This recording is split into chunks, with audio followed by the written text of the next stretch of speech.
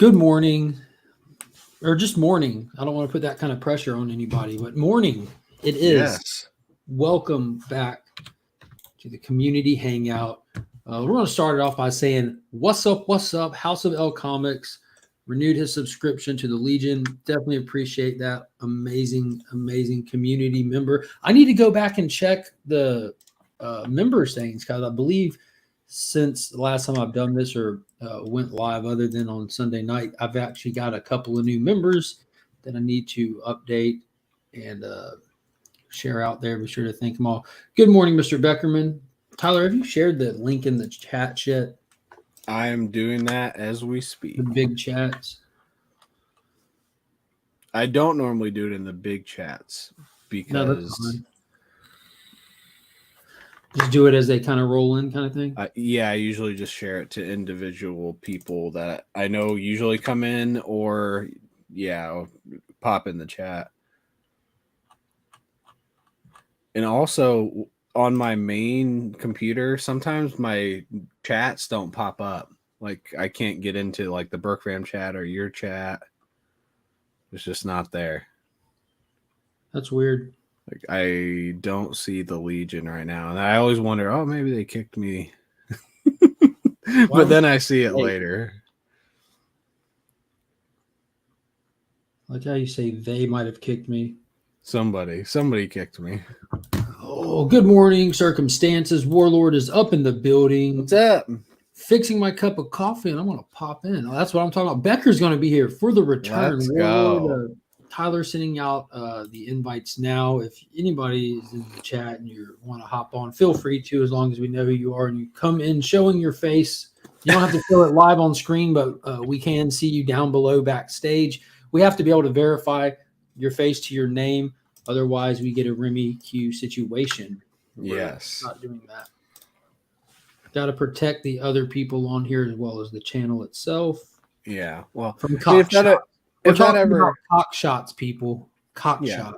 If that ever happened, is you just have to get off in the stream and don't get off. If you show that's the last thing we want to see. Second of all, get off before you get here and keep it in your pants after that. I'm assuming that's Chip. It says White Shadow. We can't confirm it nor deny it. It is. I heard you guys messed around talking about coming on cam. It's like, all right, I gotta turn my cam off. Coming on. Well, you can turn it back off now if you need to, but I will. Now we know who it is. Oh, did you see the book I sent you? That was a good one. Who are you talking the to? ASM 50 Chip. Oh yes. The one you said earlier was the same 4.0 for $50 less or something like that, but that was the one you found at the lowest price. Yeah, $4.99. Yeah, I think it was $4.99. Yeah, something like that. Yeah, I've been finding a couple that have been pretty good. I also found an ASM 50 that was like an 8.5 for like $40,000, but I didn't send you that one. Did you get it? See, now that one I may have been. I did not send you that one. I said, you know what? I'm just gonna not send him that one. Hey, I appreciate that. Yes, my wife appreciates that more than anything. Hi, Spidey. How are you? I've seen a lot of you lately, buddy. DJ Links is in the building. Flo, what is going on? Again, if y'all want to hop on, just people are going to start talking, Chip, if we keep meeting like this. Well, Roscoe, what is up, man? Dude, it feels good to sit here on a Friday morning and watch these comments come in and see all these familiar names. I know it's been a minute, man.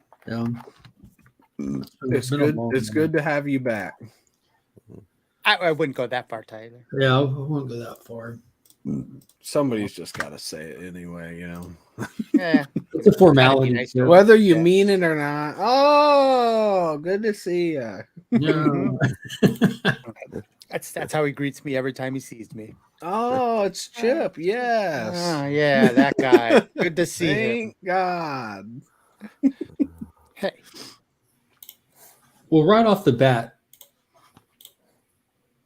I do want to say congratulations, since we do have a few people in here, and hopefully if anyone catches it on the rewind, you're more likely to see the beginning than the end of a long stream. Congratulations to the #1 comic company of all time, solidifying the record for highest selling comic in the existence of all comic books, with Superman #1, not even Action Comics #1, but Superman flew in and took a massive dump on everything that has come after it. Just boom. It That was very 5.3, was it? yeah. it was excessively higher than the Action Comics #1, which took the place from. Like, I think that Spider-Man 9.6, that AF-15 9.6 held it for like 2 or 3 weeks. And then the very next Action comic that moved in the market took it right back. And now Superman #1 took it from Action Comics #1, which is insane. So Action was at 3.6 or something? Yeah, I was going to say around 3.5. Yeah. And now it's at 5.3. Is that what you said? How many years difference between Action 1 and Superman 1? I don't have a clue. Not many. I don't know either. Yeah, it's only a couple, I think. But... yeah, it's crazy. So I wonder what that'll mean for the next Action, high grade Action to go up and high grade Detective 27 to go up. I don't know. I'm surprised that Tech 27 has never taken it, just with the popularity of Batman.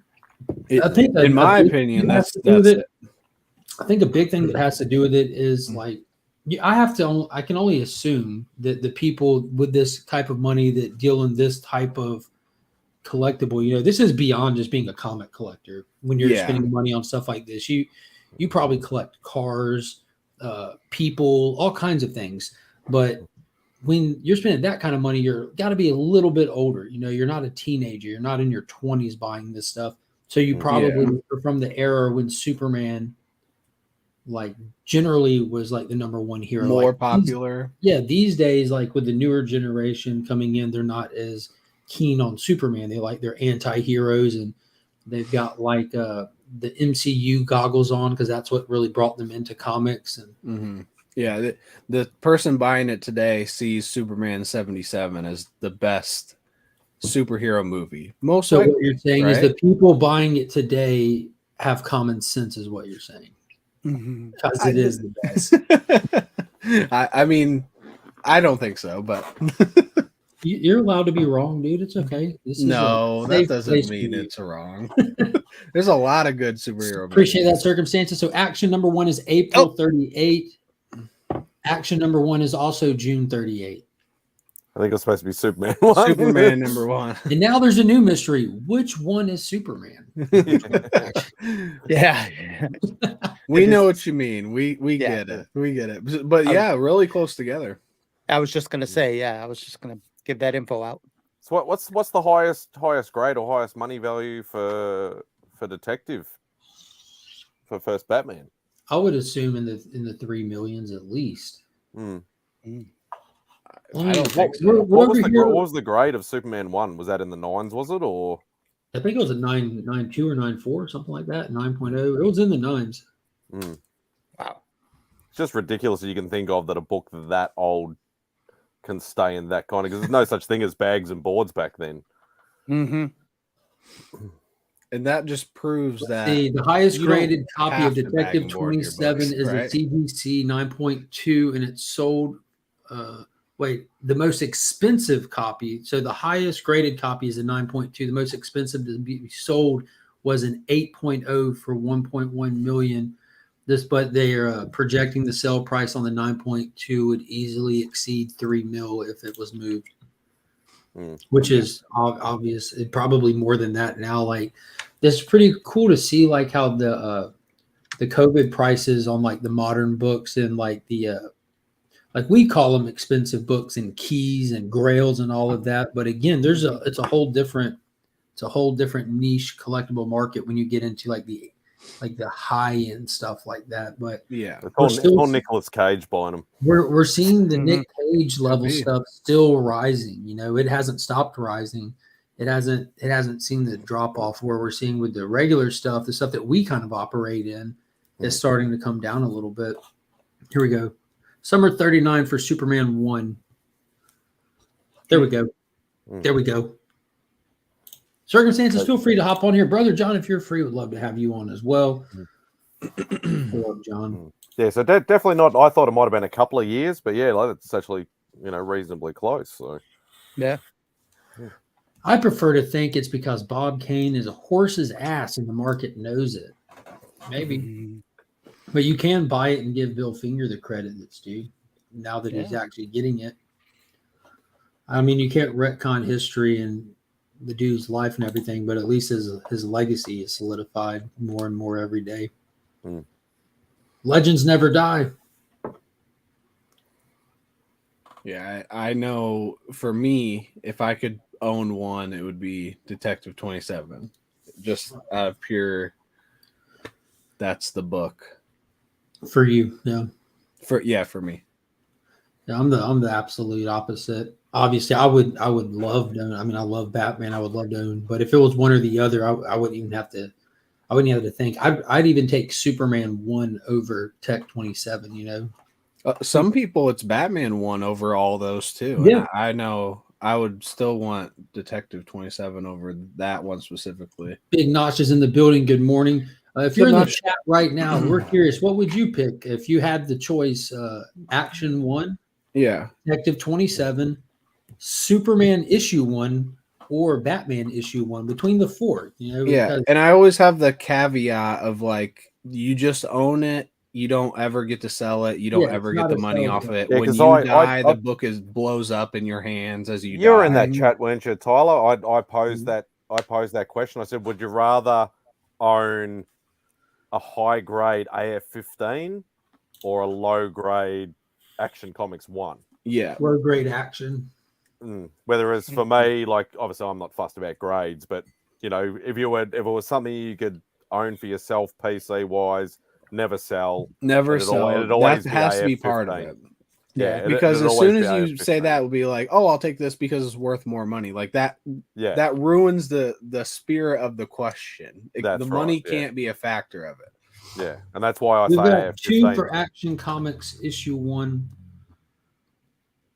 The best part of this is there is no bad answer, wrong answer. Like it would be so fun. Yeah. Well, if we're picking from the 4, I think Batman issue 1 would be a bad answer, but the rest of them, that's first appearance of Joker.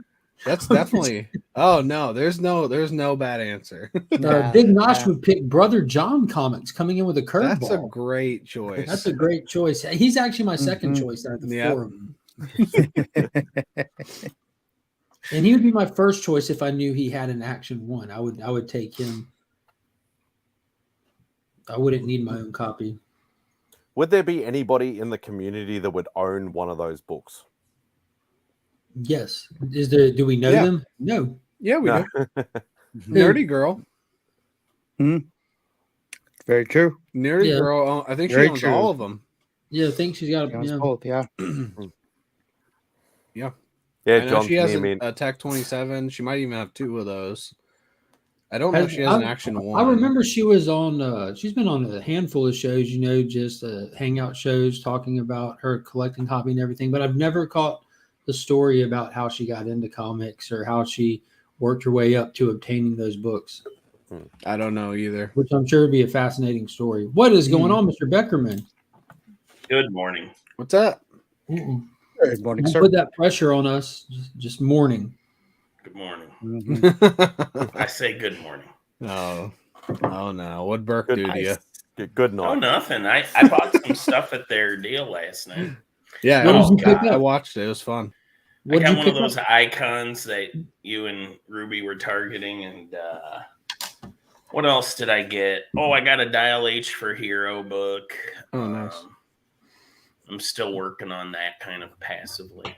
So I was sitting there trying to systematically buy from each seller, and I felt bad because I didn't get anything from Bake. And then at the very end, he throws up the slab, and I'm like, dude, I want that slab. And he's like, 90, I think he said $90 shipped. I'm like, dude, that's a fantastic price for it. But it's not anything I would actively try to buy right now. So at the very end, like when they were all like talking after the auction, I'm like, dude, is Bake still here? And he had left, so it kind of worked out. But Southern Comic Geek and Rob were the only 2 I bought anything from. Yeah, I bought something from both of them, Dale and Steve, and like I was just waiting on stuff like that, PC stuff. I bought one of the mystery slabs from Rob, trying to just get the ball rolling. I'm like, I know Rob's got fire stuff. Yeah, in you there. bought one. I made a comment about it, and then he thought I was claiming, and I was like, you know what, screw it, I'll just claim it. And I picked a number because you always pick my birthday. What, 17? Mm-hmm. Yeah, you are my lucky number, Becker. Flo, there's no such thing as sniping on the auction. Like, it just goes till people fold, my guy. So from Dale, I got the first appearance of Nomad, and the first appearance of Roscoe as Captain America. # Roscoe over John Walker. And then from Burke, I don't remember. I got, I think it was Bjorn Barron's Punisher book that I'd seen on this. I don't even remember the other book that was with it at the very end that I got from Steve, but it was $15. I'm like, I'll grab that. And then from Southern, I got Superboy issue 0, which is King Shark's cameo, which I'm pretty sure I have. If I do, I'll just throw it in a Legion loot. If I don't have it, because a lot of my Superboy stuff is from when I was actually a kid, so it's in trash condition. Like my actual first appearance of King Shark, it's in good condition, but like you could tell where I set it out as a kid, because like diagonally across the cover, you can see where something was laying on it and the sunlight was shining on it. Mm-hmm. But it doesn't really color fade bad. That doesn't bother me. I don't even replace. Well, yeah, I don't replace those. I just get there more of them. And then I also got Man of Steel 1 through 5, the John Byrne Superman mini. I saw So that. I grab another copy, complete the run, and that'd be a great giveaway down the road or whatever. Just And I got something else from him. Vigilante #1 that's definitely going to end up in a Legion loot as well. Yeah, I saw you doing a lot in there. And then I got the polybagged icon, because my icon is not polybagged, but my Blood Syndicate is. He had like 4 of those. Yeah. I tried to buy one before the auction from him. I don't even know what he charged for it. He's like, I'll throw it in your pile. I'm like, okay. I think $5 or $10, 10 maybe. Oh, that's nice. You can get them on eBay for between 15 to 30, depending on the sellers. That's an awesome deal. Yeah, I think they were 10. Nosh said she was. If you want to play the victim, you have to be on camera to play the victim. Flo, come on. Nosh said she was with a guy who was into it. Hobby rubbed off on her, and boom, nerdy girl was born. Mm-hmm. That's definitely a short way to put it. No, that's pretty cool though that they got into it, because Kyle is balls deep into stuff as well. Like she doesn't like scuff it at me enjoying the hobby. She enjoys it. She like I was talking to Pops one day about how I know I married the right one, because any given day I can come home from work, and if she's home, I can walk in, and it's a 50-50 chance she's sitting there watching the first Suicide Squad movie with no prompt by me, just because she enjoys it. She likes Harley Quinn, and she'll be watching Batman v Superman. I'm like, dude, this is great. She fires up DC movies. It isn't just that it's DC. Like the Marvel stuff she enjoys. She just thinks it's not the same quality. Like we watched the new Spider-Man again for a little bit last night, and we're looking at it like, why is the special effects so poor in this? The budget that it has, and I'm like, I don't know. She's very critical of it. It's funny. I enjoy it. We went to watch Moon Knight, and we're like, this is no. Yeah. It's So have you watched all 3 episodes? Yeah, it's horrible. Like it's an absolutely horrible show. I really like the first 2 episodes. The third one's kind of like, I feel like we're running in place a little bit, I guess. But. On a scale of red to green, like I can't even really project where it started, because it was the first episode, and trying to place it really depends on what they do as it moves forward. So I would just put it at 50-50. And from there, it has been a smooth decline into poor quality. To the point where I question people who keep singing its praises. I know people saying this is the best Disney Plus product at this point, and I'm just like, really? Watch the same thing? People that say that about every new, like in all sincerity, people say that about every new thing. Like Eternals came out, people said that. Like literally, like this has got to be the best one yet. That's just excitement. Like you see straight through that. Dude, Bart, what is up, my man? No, what's up, Bart? What's up, Bart? Well, you want to hop on, Bart? Flo, for me, it's been WandaVision for sure. WandaVision was my favorite by far, and I'm probably the minority for that. But I love this No, guy so no. much. In all sincerity, when I first watched WandaVision, it wasn't bad. I was overall like I was okay with it. I think that they wasted 3 episodes. Like you're wasting so much story just trying to play a trick and play a game with this. Which it was. But It was if they didn't, it would have been really short. No, if they didn't, they would have given us an actual more story and flushed out stuff instead of burning 2 episodes unnecessarily. You don't throw them away. You replace them with actual story. That was my complaint with it. You burned 3 episodes playing a gimmick. Well, the 3, those were my 3 favorites, so it's hard. That speaks volumes, that speaks volumes to the rest of it. But the finale was horrible in my opinion. I didn't like the finale that much, but it's Yeah, still but, been my but what favorite. has happened since then is like that's become my favorite one because everything after it has been exceptionally worse. Yeah, I agree with that. I haven't The best really. thing of I Falcon didn't and Winter like Soldier Loki. was Baron Zemo dancing, which I thought Yeah, was amazing. But didn't like that. some of the fight scenes are well choreographed. When John Walker goes too far, that whole scene was good. Smiling Tiger. Yeah, There DJ, wasn't I'm much with you. to The ending went full Marvel. It's like WandaVision was doing something different, whether you liked it or not. I Yeah. mean, apparently Mark didn't love it as much as I did, but they were doing their own thing, and then the end was like, let's be Marvel now. No, again, I liked the gimmick. I just didn't like that they wasted 2 episodes. It didn't feel doing the wasted gimmick at all to for death. me. Smiling Tiger being referenced in the MCU is the greatest moment in any Disney Plus. Do you know why? I don't want to know. Smiling Tiger's first appearance was in New Warriors Volume 1. Oh, Jesus. Do you know why no one knew that? Oh, man. Let me have this. I got so little, Mark. I liked have Hawkeye, I this? guess, though. Hawkeye was my second favorite. Screw that. Smiling Tiger over everything. It's going down in the chat. Nothing has touched Loki yet. Yeah, Loki's probably my favorite. Loki and Moon Knight are a total Loki is snooze. good. Fight me. Here we go. Name any non-Confederate state to meet it. It's on.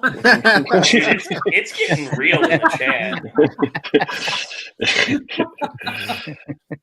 Oh, God. Are we going to take bets, Marcus or Brother John? Well, judging by that comment, I'd have to give it to Marcus. If you're afraid to fight in the South, that's I don't know.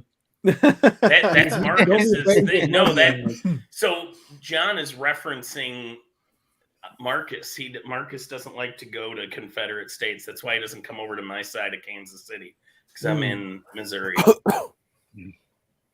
And John lives in Virginia, so they were talking about that the other day.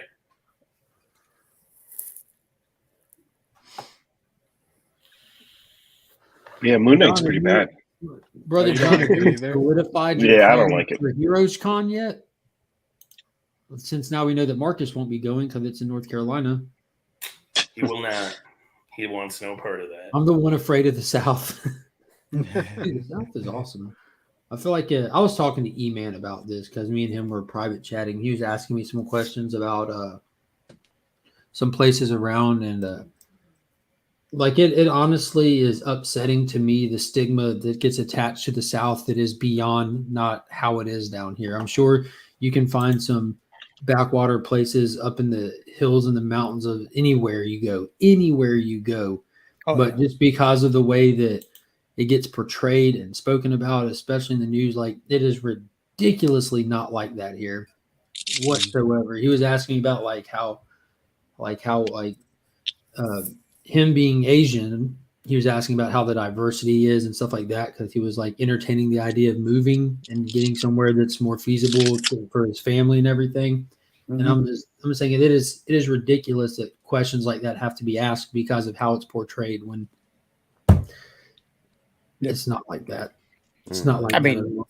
if you lived in Fort Wayne, Indiana, maybe, but Yeah. But yeah, it's very hard. It's very upsetting. That Southern hospitality thing is absolutely real. And again, like, there's shitty people anywhere you go. But I can't get past how you guys say theater. I don't think it's you guys. It's It's just you, yeah. It's not You're us guys. actually No, my biggest problem with no, the South. it's y'all that say it wrong.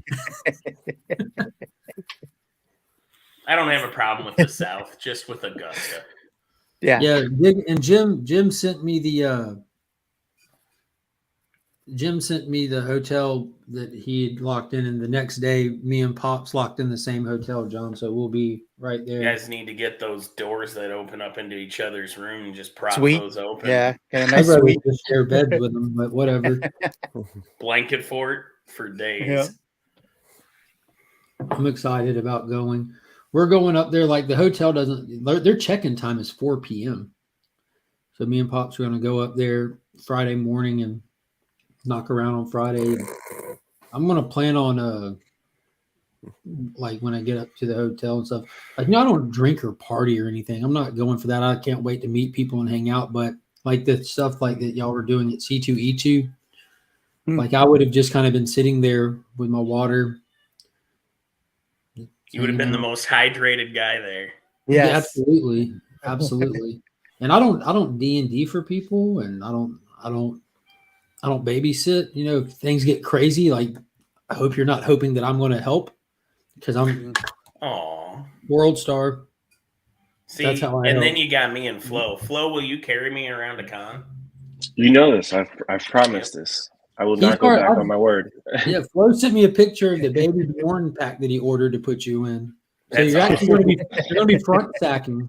He won't even have to waste his arms. Oh, good. I'll get his body heat too. Stay nice and warm. Yeah, I encourage. You're excited for Planet? Is it next week? It is next week. Nice. So I'm off today because for those who don't know, my wife's had some health problems this past year and has had to have a lot of surgeries and stuff. Today is the last one. And so I'm off for that. We're going to leave here in about an hour. And then next week I work 2 days, and then I'm off till the following Monday. It's awesome. I'm pretty excited. Going to see a lot of people, a lot of cool people. Finally get to meet Circumstances in person, Nick, Poke and Joe. And then I've already met Panda, but each time is like the first time. So feels like the first time. Burke, of course. Feels like the very first time. Did I share this and everything?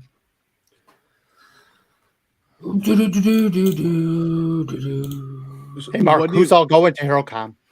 That I know of, Yeah. Jim and John, Nick will be there, and I don't know if Austin's locked it in yet. When I spoke to him last, he was kind of just watching the flight prices, because Nick said the same thing at first, that he was watching the flight prices because they were astronomical. Yeah. Oh yeah, I left a lot of people out. JP will be there. Who else? Bobby De La Ghetto. I don't know, just a lot of people. That's cool. What are you targeting? Are you getting some original pieces or? Well, I'm always targeting art. I'm gonna get a David Mack sketch, and beyond that, I'll probably just run around the first day and set up some small jam pieces on blanks and stuff. Like get multiple guys. I like to take villain books and do mug shots and stuff, or rogues galleries on a flash. Okay. And then just get a bunch of different guys in the $50 to $80 small sketch range. Stuff Can't that you beat the know you'll rogues. actually get. Yeah, those are just easier to set up because I'm also working, so it's like I can't be away too long. I plan on doing most of my shopping each day before the con opens. Be interesting. And are you going to be working the whole con? Yeah, I'm working all 3 days. Did y'all see the NFT fail? So which one? This is probably the most recent and biggest one, and I saw it yesterday, and I just hit another post about it. But Jack Dorsey, the guy who owns and started Twitter, made an NFT of his very first tweet, and somebody bought it for right at $3 million. And he he put it up for auction, tried to sell it for $48 million, and the highest bid was $3,600. Ouch. Nice. Yeah. That's awesome. Well, there are better ways to burn $3 million. Yeah. Yeah. What's going on, everybody? How you doing this morning? What's going on, Good. Remy? Morning, Remy. Welcome back. Hello, Flo. Whoa. So this slicked back hair and this collared shirt, you late for your shift at the bank or something? I mean, what the hell? Yeah, I'm at the bank. With hair like that, he's about to be running some hose. Mhm. It's a Mhm. pimp named Slickback. That's why I brought You my say the whole glove, thing like a tribe and I called brought Quest. plenty of lighter fluid. To stay hydrated, of course. Yes. Because I spit hot fire. Mm-hmm. Dylon, and Dylon. The top 5 rappers of all time. You can't shake me, Mark. I'm gonna follow you down all these references. Yeah, we're gonna go down them. I can't remember which one you said on that Burt fam chat. I saw it. It had me cracking up. We You're go like through so many. SNL. Yep. Oh yeah, the Harry Carey one. Yep. Like me and my dad have watched that skit to death. That is my all-time favorite sketch in Saturday Night Live history. Did you ever watch? I think it was Whitest Kids You Know sketch comedy group. Was it on Comedy Central? Yes. I believe so. That was like in the late 90s, very early 2000s. Mm-hmm. Look Yeah, up. I remember it. I don't remember anything. Look from up it, Lunar Bears sometime. That was around the time that Strangers with Candy started coming on. Yes, so, which yeah. is the greatest show of all time.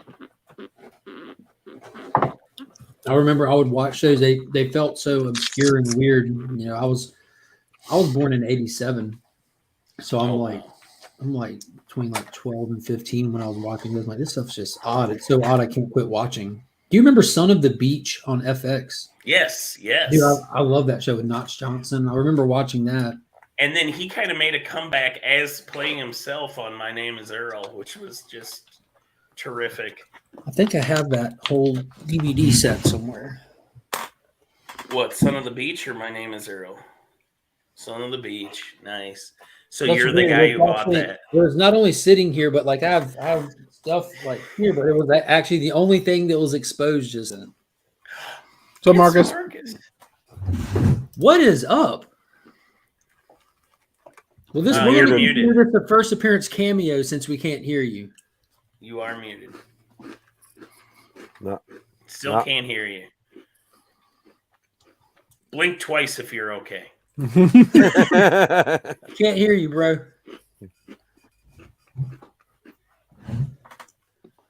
Clap your hands if you're in Omaha.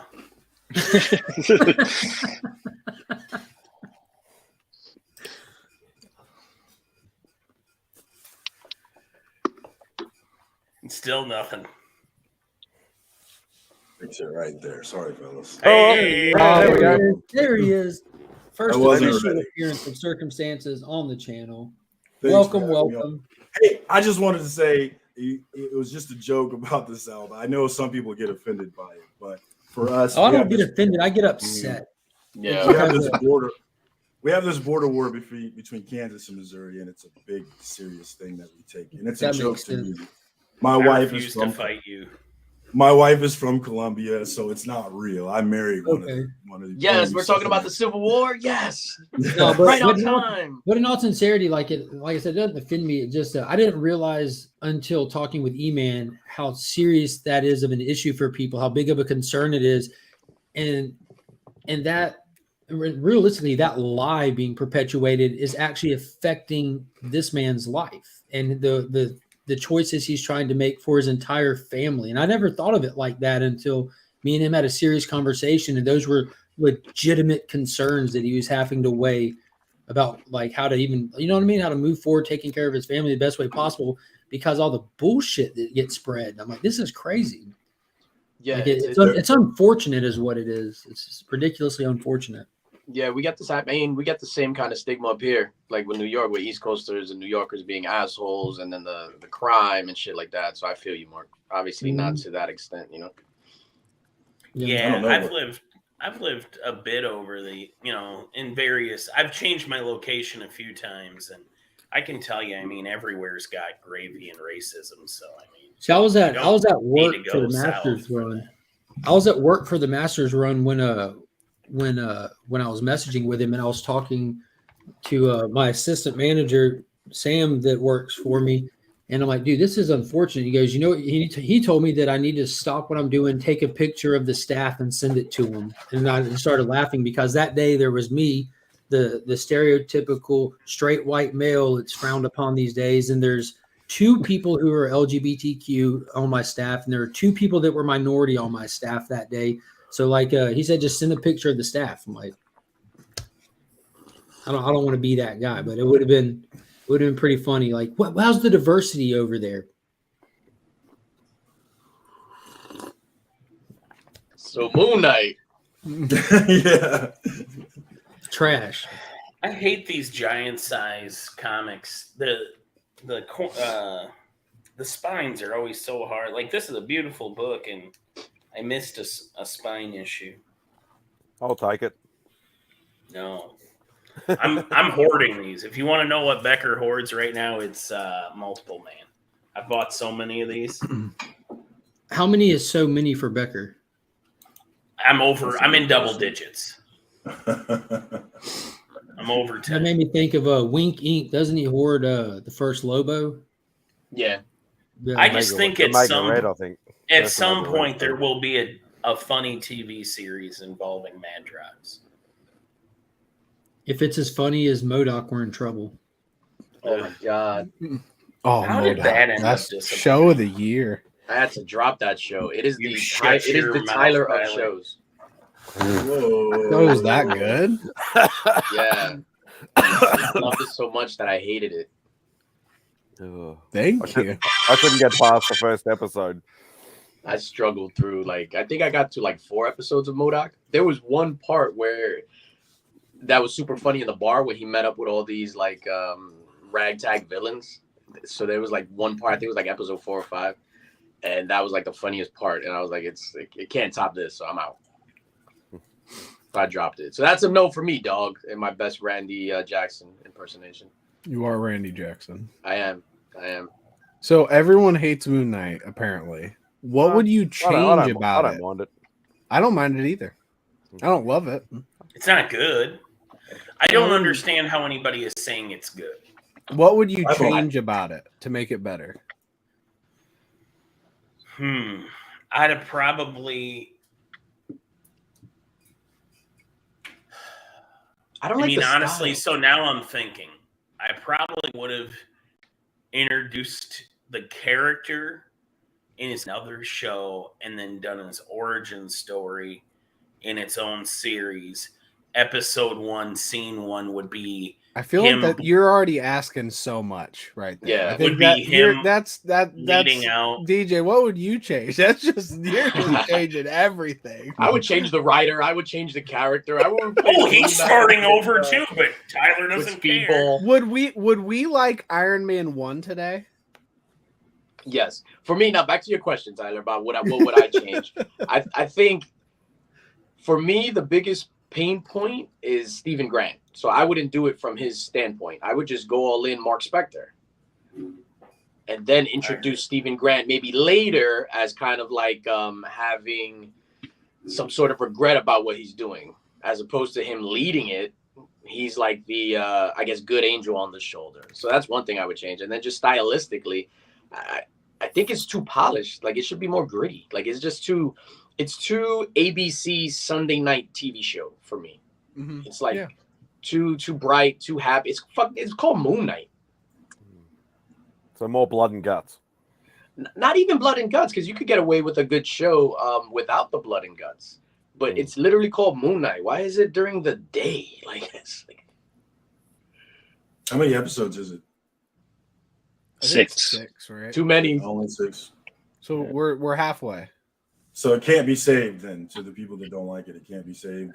I think part 3 was the like milestone where it's like you could see there'll probably be some redemption if it was good or whatever. I think for me, part 3 was the worst episode. Yeah, Yeah, it I was was just pretty like, bad. from there, it's all. I mean, I'm gonna watch it so I can take part in these conversations, and I'm happy to hate on stuff because I am a resident hater. And yeah, that's pretty much it. That's like the same reason why I wanted to see Morbius, just to engage in conversation. But yeah, I want to see it eventually. yeah, Moon Knight. I don't know what's worse, Moon Knight or talking to Tyler.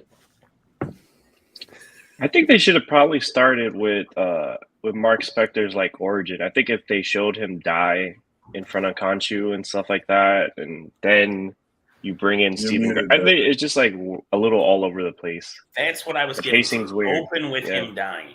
Yes. But Tyler won't let me speak. Yes, that is Flo. Yo, Flo, what's up, man? What's good? What's good? Yo, Flo, That sounds when like I met me you, I was back gonna rob you. I'm not gonna lie. Oh, okay.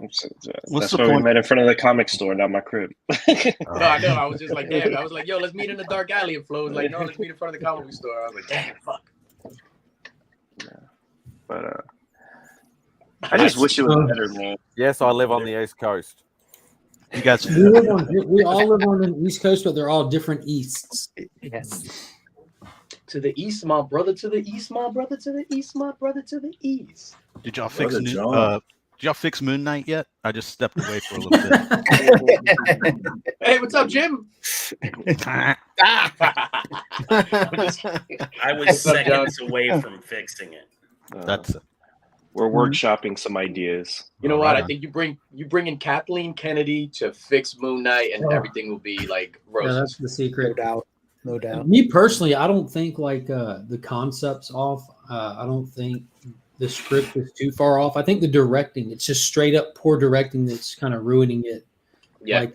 Like this is the little things like in the 3rd episode when they're like, where'd he go? And then he's just standing 20 feet above them because he put his costume on, climbed up the roof to stand there so that they can see him up there. And then the quick shot from that, just cutting over to the little horse arena where there's 20 guys in unison walking together. All of a sudden, there's no smoothness to any of the transitioning that's happening, and not even talking about like the personality thing that actually worked pretty well when they disrupt the smoothness for that, but it's just poorly put together.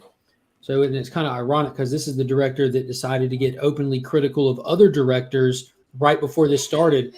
So while he's worried about other people not focusing on inclusion or proper Egyptian representation, he wasn't focusing on quality directing. So it's kind of And he also has a guy that sounds like a British actor basically doing Khonshu's voice. You know what's wild? What did you describe it as, Mark? The voice of a tree. A wise and trusting woodland creature from any children's cartoon. That's what I mean. He sounds like Aslan. Yeah. You all remember Mighty Max, the boys' version of Polly Pockets? Like there were little toys that you can open. Yeah. And Max had like a super strength bodyguard named Virgil or Norman. I'm sorry, and then he had the wise owl creature named Virgil. And there was actually a cartoon that they did in the early 90s. He sounds like Virgil, the wise owl. All right. I'm waiting for Khonshu to tell us the definitive answer to how many licks it takes to get to the center of the picture. Yo, guys, I'm gonna hop off. People came into the office. I gotta do some things. Tell them to hop on. Tell them to hop on. Yeah, you don't want this cat to hop on. Trust me. I hope he can hear you. See you later. All right, peace. Peace. Yeah, the scene you were talking about, it's pretty funny. I thought I missed something. I had to rewind that scene like twice. I was like, did they cut out the part where he disappeared or he slipped away? He was like right in front of them, and then 2 seconds later, they're like, where is he? And then he's at the top of that pyramid.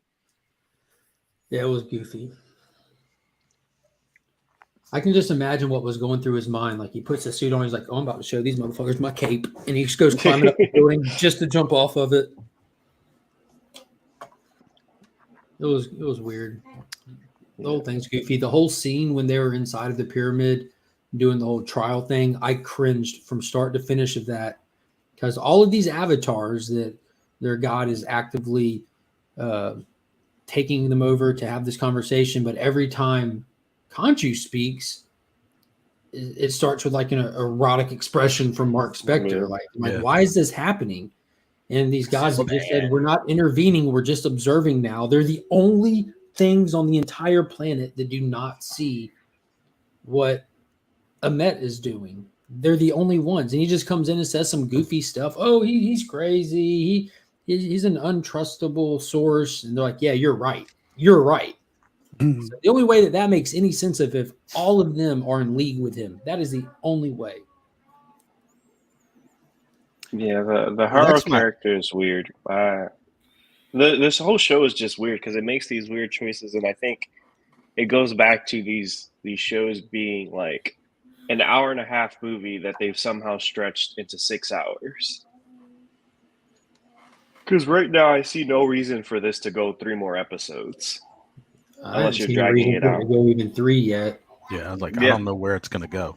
Yeah. And we know that they're teasing the next. They're teasing the next personality. What's his name? The cab driver guy. Jake. They're teasing Jake obviously with this episode, with there being holes in both of their memories now. So obviously they have added another layer to need to explain or flush out, and they haven't even done any flushing out of anything yet. Yeah, and you know the show sucks when the best action scenes are the ones where he blacks out in. Those are the ones that are the best choreographed. Because that scene when he's on the roof, I'm like, this is bad. Yeah.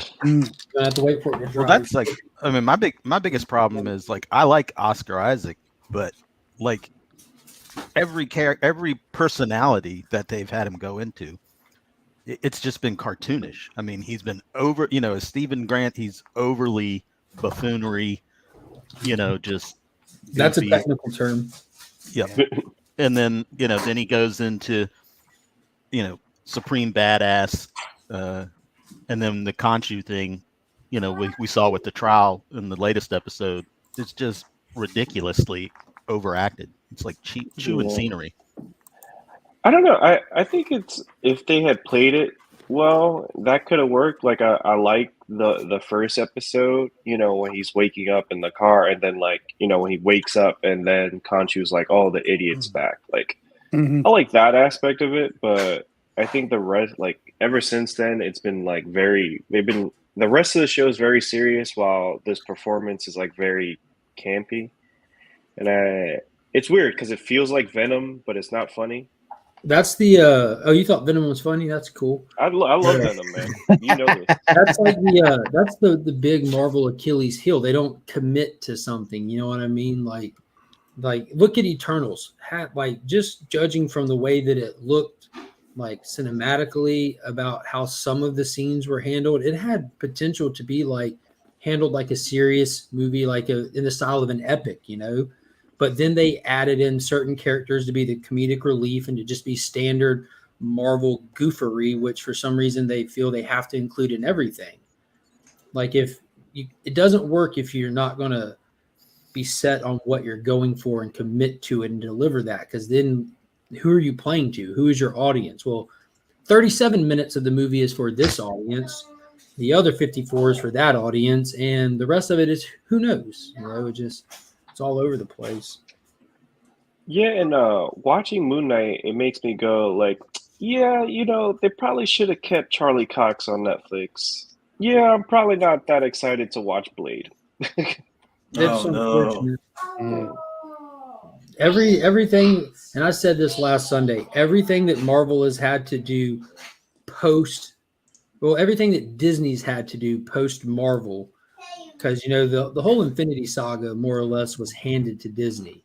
Marvel Studios started the MCU without Disney. They had this grand plan. They had numerous films. It was all laid out. Then Disney bought them out, and I'm sure that there were some changes to the direction or slate, but overall, it was mapped out.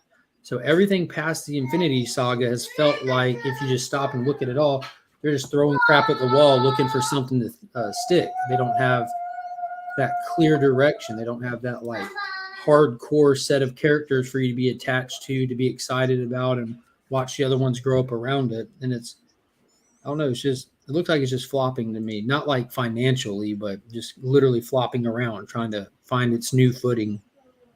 Yeah, well, it's kind of a miracle it worked at all. And I think we're getting to the point where we're realizing, like, oh, like these are like comic books. Some of them are going to be good, some of them are going to be really bad, and some of them average. It's just interesting because, like, when these things used to be bad, you used to have to wait 3 years to see the next thing. But now it's like, hey, Moon Knight sucks. In a month, Doctor Strange will be out. Don't forget Miss Marvel. It's coming to save us from Moon Knight. Well, that at least makes sense to be lighthearted and campy. Moon Knight is that doesn't make sense. They didn't commit. That's what I was saying before Moon Knight when they're making these announcements. It's going to be gritty. It's going to be dark, and people are like, it's going to be R-rated. I'm like, there ain't no way. There ain't no way they're going to do that to their brand, to their platform. And then they had Free Guy show up on their platform with an F word. Then they moved the Netflix titles over, which are like R-rated. Punisher especially is hard R-rated. I'm like, dude, they're going to commit to this Moon Knight thing finally. They're going to go in. And then we get it, and I'm like, bro, this is crazy. Last night when we were talking about turning it on, Kyle asked me, is it kid-friendly? I said, yes. Yes, so far, like it's absolutely kid-friendly. Like they can – if you can watch Brendan Fraser's The Mummy, you can watch this. That's actually more violent than this. Yeah. George of the Jungle is more surprisingly. violent. Brendan Fraser's George of the Jungle. There it is. There's trees that are I unforgiving. knew John liked George of the Jungle. I have 6 doesn't kids, like man. George. I've seen that movie way more than anyone should. Mhm.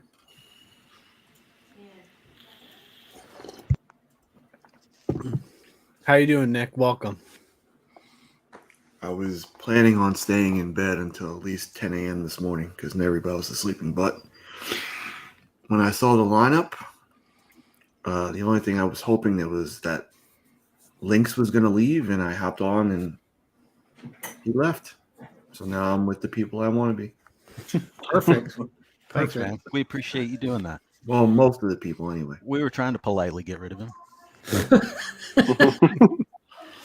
Circumstances, you're quiet. Have you watched all 3 episodes of Moon Knight? What are your thoughts on it? I have no thoughts yet. I thought I was reading that it was a good show, but I haven't watched it myself. I prefer to binge it and then watch the finale the day of the finale. So that's my plan. You guys are killing my vibe on it, though. That's for sure. Well, hopefully we can get your expectations low enough that when you watch it, I mean, it does help. It does help. I'm not saying that jokingly. Like people that held up and waited, a lot of these movies that get poor reviews, like it was better than I heard because like it helps to manage their expectations. Yeah, no, that's very true. Like I think I'm probably gonna love Morbius because my Flo loved Morbius, so you won't be the only one. That actually happened to me for the first Suicide Squad. I had heard such bad things that when I went and watched it, I was like, well, this isn't as – I mean, it's not good, but it's not as bad as people made it sound. Dude, I absolutely love that movie. I don't think it's like high quality. You know what I mean? There's I went and saw it more than once in a theater, which means I didn't hate it.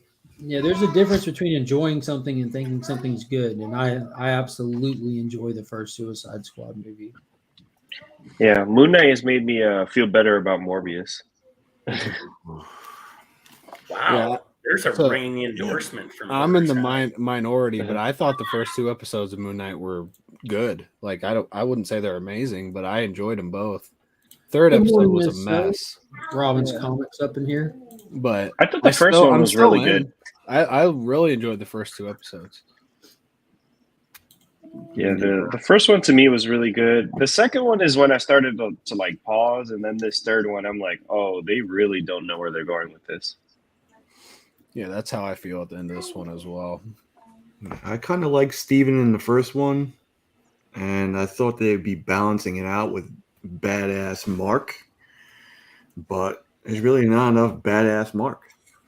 Well, we're only halfway. Maybe we will get some, but no, I think the true litmus test, and Mark brought up a good point with the Disney formula, like if real directors, like if you see Raimi's Doctor Strange follows that formula, then we're in trouble. I'm worried. I am. You guys are making me worried about the future. Like maybe it won't be good. I think every new project with some inexperienced director is going to have to follow that formula, and then it's not going to be so good. But like with Watiti, or if Gunn gets back in, I think we can expect good things for them. But otherwise, I think they're going to follow the formula just to make sure they're making money. They don't want experimentation; they want their dough. This is true. But Monday, Batman, HBO Max. I'm gonna watch that again. Yeah. Oh, the Batman is on HBO The Max? Batman. Yeah, on Monday. the 18th. That seems fast. Wow. Yeah, 45-day window. days. Yeah, 45 days from release. Yeah, you're gonna have to jack up the sound bar on that one, though. Oh yeah. I think one of the best moments in a theater I've had in a while is when the Batmobile starts. Like I saw that in IMAX and I was like, man. Still get goosebumps. Nick also enjoyed that. Yeah. Still get goosebumps. Yeah. Nick was a big fan. I get goosebumps when I hear Nick's morning voice. Yeah, this really is a morning voice. Like I was like, oh shit, Marcus is on. I know, it's like it's a chupacabra. Yeah, I'm having a slow day at work, so that might change any second here. But I was like, get your ass off me, wife. Move. Whoa. Are you ready? You got your money right for next week? Spotty. Mad Spidey. No, damn, that was terrible. Is Doctor Strange? When does Doctor Strange release? Beginning of May 6th. Yeah. That's what I thought. I just went up here to this. Oh, never mind. Here we go. Yeah. The tickets are out already. Today's to buy Harry them. Potter Day. Yeah. Yes. That's what my wife just said. It's the same thing, Kyle. Yeah, the money is right. I'm trying to resist buying an ASM 252 before I get there. Yeah, I had to resist buying the entire saga before I got there. Oh yeah, I saw that. I was going to tell you, instead of just buying the trade paperbacks, you can just read it on Comixology. No, but you want the experience, yeah. Yeah, I'm one of those people, man. I gotta have it. I want to be able to share it with my friends. Like I'm gonna try and get my friends to read Saga. I think because none of my friends are comic book geeks, but I've gotten some to read. Saga's a good one to use for that. So is Chew. The first 4 trade paperbacks to one of BKV's early ones. Why the Last Man. Fables also. The first few trades of Fables are good to bring people in. Those are I've had success with all of those. So you get them to dabble. I just want them to dabble and not make fun of me as much for this. That's all I want. Just understand, guys. It works. No, that guy I traded out, or I've loaned out my actually the one that Tyler gave me. Actually, I won a Tyler from Tyler. Something's Killing Children hardcover, and I let my friend borrow it. And like 2 days later, he was like, "Where's the rest of this?" Awesome. Yeah, that's the same way I was with that. With Something Is Killing the Children. That's how I am with Saga. I was like, Brother Jim, the first one. Oh yeah, Brother Jim gave me the first 3 trades, and he was like, "It's okay." And I was like, all right. And it's nothing like in terms of the themes and everything, it's nothing like that hasn't been done before. I mean, it's a lot of things, but it's just so well written and paced so well that I just couldn't put it down. I just rolled through all 3 of them. Is that, John? I think Something Is Killing the Children. The first 15. The fact that anybody can die, including kids, just raises the stakes for that book so much.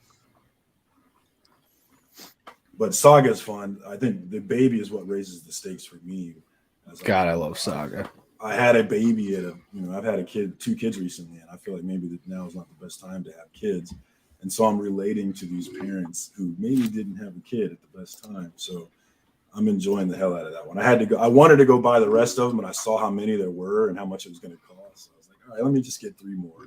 And we'll wait till after Comic-Con to finish this. I felt the same way when I was bitten by a radioactive spider. Hey, also too, if you check the library, I found a few of the trades in my library. I don't know. That's where I picked them up. I want to have them on my shelf, man. So I'm one of those people. So lose them and pay the late fee. I'm telling you, the scope of that thing is just like, I think about that and then all the other things that Vaughn writes, and it just blows my mind. I can't believe we're not talking about him more. But it's, He I wrote guess, Why the because Last of the Man, right? schedule. Yeah, Why the Last Man. Paper Girls is fantastic. I started that one. Yeah, I've started that one. It's just like the width this guy does is just insane, and I think his probably some of his he has scheduling issues because he does take on so much. But but Runaways, Ex Machina, all of that, everything he's done is just like it's fantastic. I'm gonna have to check him out because I'm all about following writers, and he does seem like a writer that I need to be following.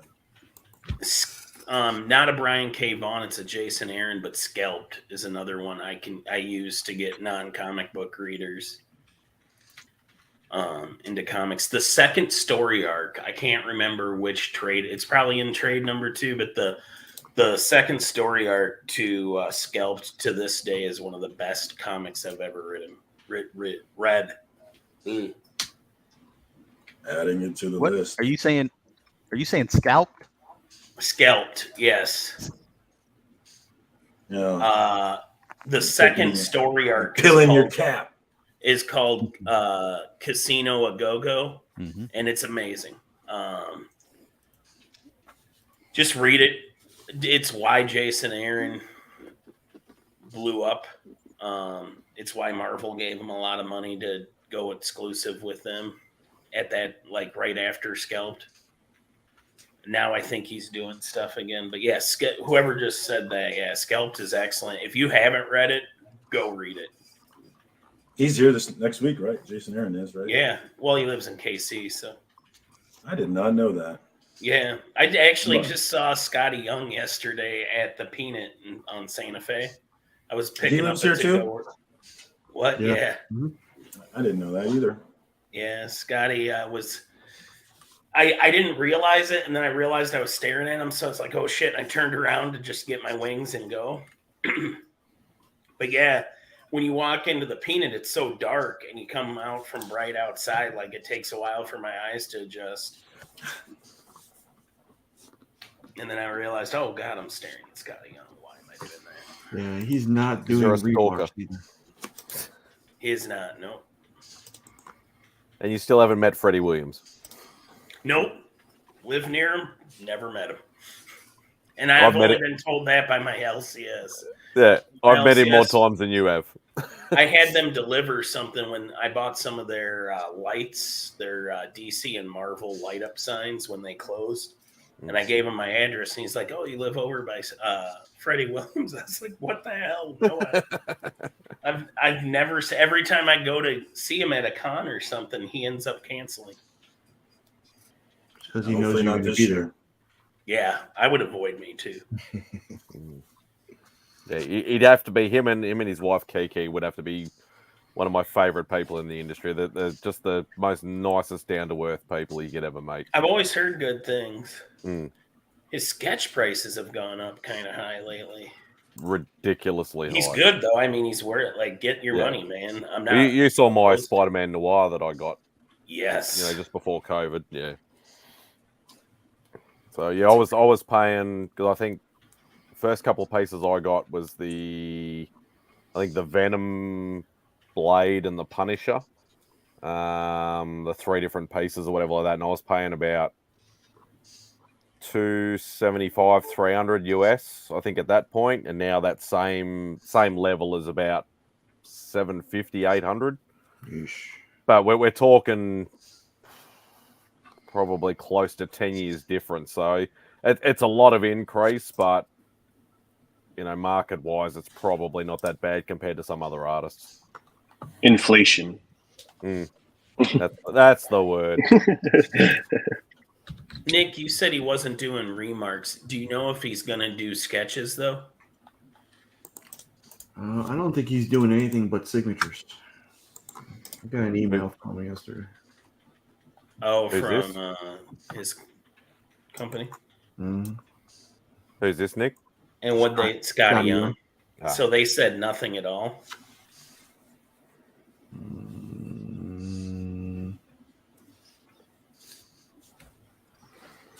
He's not doing double snake eyes.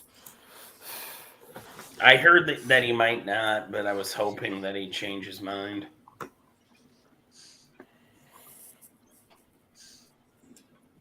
I think he's either an all in or nothing at all sort of guy at Yeah, cons. Scotty will not have a sketch option at this time. Everybody coming through the line gets 5 SIGs for free, $5 after, and then witness graded signatures of 20 per. That's not bad. That seems to be the rate. That's where a lot of my money's going to go, I think. I just bought my Doctor Strange tickets. Welcome to the club. Who are you getting sketches from, Circumstance? I remember you told me, but I haven't decided on sketches, actually. I think Afua, probably. Is that how you say your name? Afua? yeah, Afua Richardson. I've only ever read it. But yeah, she seems dope. So she was the only one I was like, yeah, I want to try and get one from her. Oh, I thought you were gonna get something from one of the Scott's collectible guys. Oh, a remark. I might try. Yeah, like a remark. Yeah, I still consider that it's art. Okay.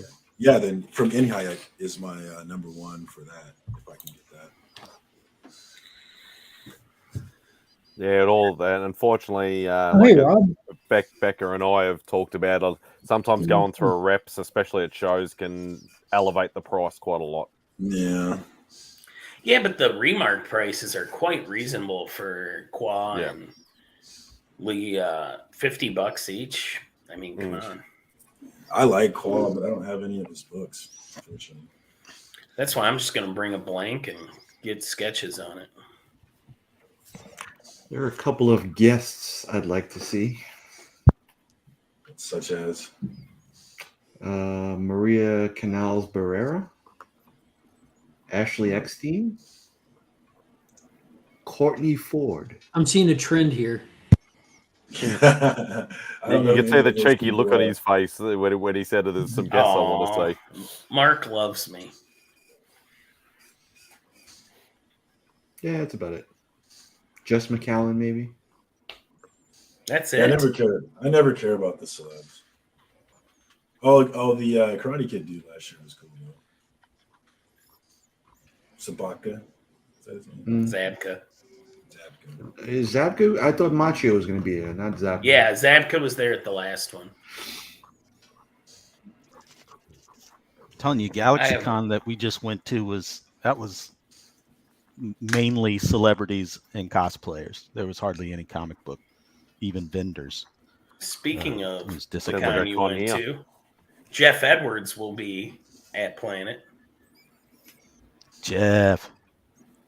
I'd like to get a piece from Jeff. I've seen some of his commission work, and he does some gorgeous pieces. He's a good dude too.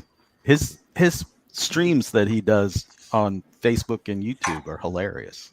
Yeah, he's great. Who else is going to be there artist-wise, Becca? Howard Chaykin, David Mack, Chaykin. I just want Chaykin to draw a chin for me. That's all I need. I gotta his send chins my, are I need my iconic. Star Wars book signed by him. He's the only one who hasn't signed it. And then JR. Yeah, I knew about that, obviously. Scott Hanna. Oh, let me think. Who was I? I want to know who's going to show up that's not on the list. Does that happen? I know it does in New York a lot. Like Sometimes. a lot of guys. Sometimes a lot you'll of guys, see somebody show up they'll at wander like around. at a vendor booth or whatever. And they're not always listed on the, on the preview sort of thing. That's happened to me with Joe Rubenstein twice, where he's not listed anywhere, but he shows up at a booth he has a relationship with. Freaky's best friend, Kevin Conroy, is going to be there.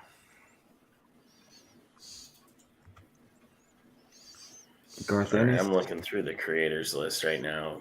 Yeah. I don't know. John's gonna be there. Chris Burnham. Jeff. Garth Ennis. That was one I forgot. Phil Hester. Tyler, I'm Phil running Finn to Hester. school. Jeremy Got Hahn. school today? Matt Kint. Yeah, Finn has school today. Good Dennis Friday. Hopeless. There's some Oh, names in there I wouldn't mind. Antioch canceled. What? No, damn it. Andy Parks. Baldemar Rivas. Oh, that's a bummer. Hey, Justin. I did not notice that. David Mack. You can drop my name and say you know somebody who's good friends with his rep and try and get David Mack to do something better. James Tinian, Kyle Strom, Kyle Starks. Where did you? Oh man, I'm looking on the guest list right now. As long Richard as Pace. Tynan- There's another one. as long as Tynan doesn't Which cancel. convention? Alan Qua. Oh, I don't yeah. know. I Cancel. don't know what convention they're talking about. Planet Planet Comic-Con at Kansas City. Comic-Con? Next week. Thank you. I found him. Alan Quaz. He Awesome did artist cancel. and That super nice guy. sucks. No, damn. Boo. That does Sergeant suck. Well, there goes my remark. Who was John that? Jiang will be there. Who Forgot was it about that him. canceled? Antioch Lee. Oh man, I'm not going, but still, that's a bummer. You know what? Honestly, after seeing his signature and remark, I wasn't that impressed. Honestly, I And just I've got wanted to have it. one. I've got Some two. people's remarks are better than others. Well, that's disappointing. Well, hopefully there's no more. Like, I'll be really upset if Tynan cancels. See ya, Chop. Yeah, later, Chop.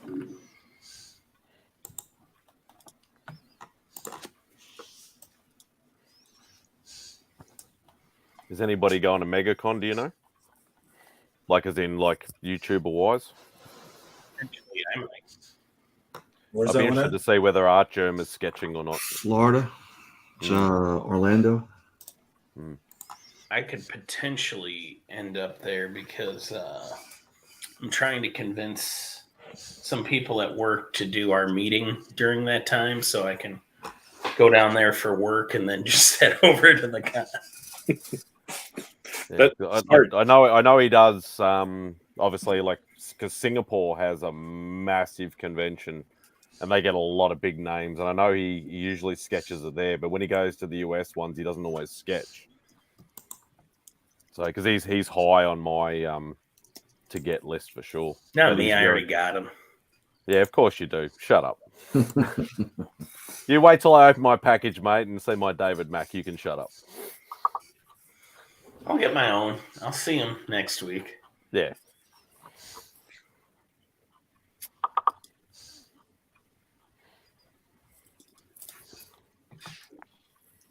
Well, I think I'm going to go get ready to take my wife to the hospital. So, see Oh, everybody. What's up there?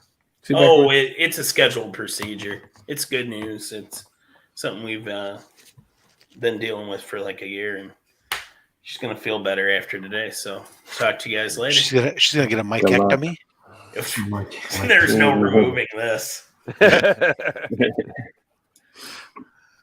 All right. See you guys. All right, thanks. Easy. See you.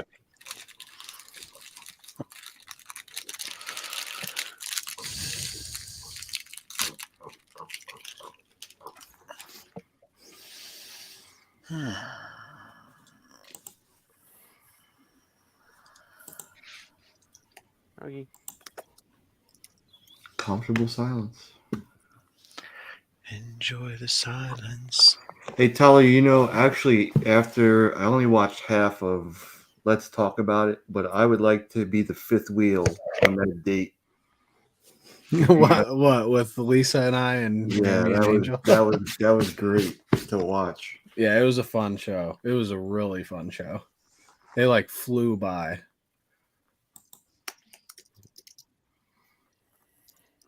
Did you get to the Tootsies part? That's the part where I fell asleep. Oh, okay.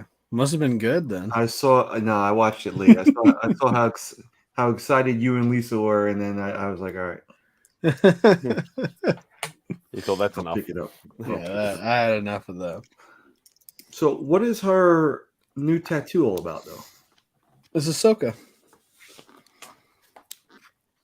With the flower? Yeah, she wanted like the artist's take on a space flower. What is the tattoo about? She got Ahsoka's lightsabers and a flower. God, I hope Disney doesn't ruin the show for her. You can't ruin the character. It already exists within greatness. Is that where she first like fell in love with the character? Was from the Clone Wars show, the comics? Yep, Clone Wars show, and she just finished. Show, she's good to go And she just finished the novel, and she's told me about the novel as she's read it, and it sounds epic. Yeah, and Filoni is still running the ship over there, so I got good faith. I mean, Boba Fett was pretty bad. I think there was but more. Boba Fett had nothing behind the character. Like, he was just a costume. Yeah, but they had a history, comics, expanded universe stuff. It just seems like it's very similar to the Moon Knight situation when they're like, I guess we're gonna do this. And it's clear with those last 3 episodes, they really wanted to make a Mandalorian season 2.5. Oh yeah, for sure. They did all the good stuff in Mandalorian. Yeah.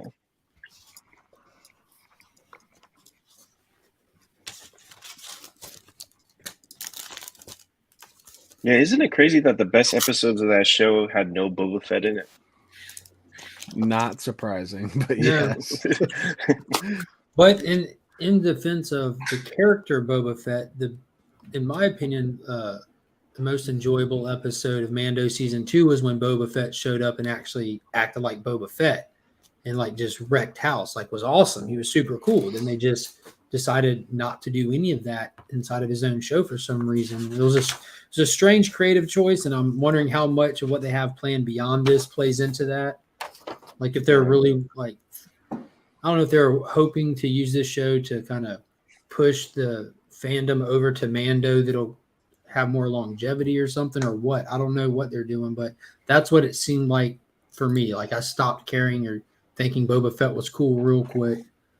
Yeah, I think the plan it's like the Marvel stuff at this point, where it's like they can't really do too much to rock the boat because there's other things they have planned, so nothing can be really like stand on its own in a lot of ways. I don't know. I feel like they already sank the boat.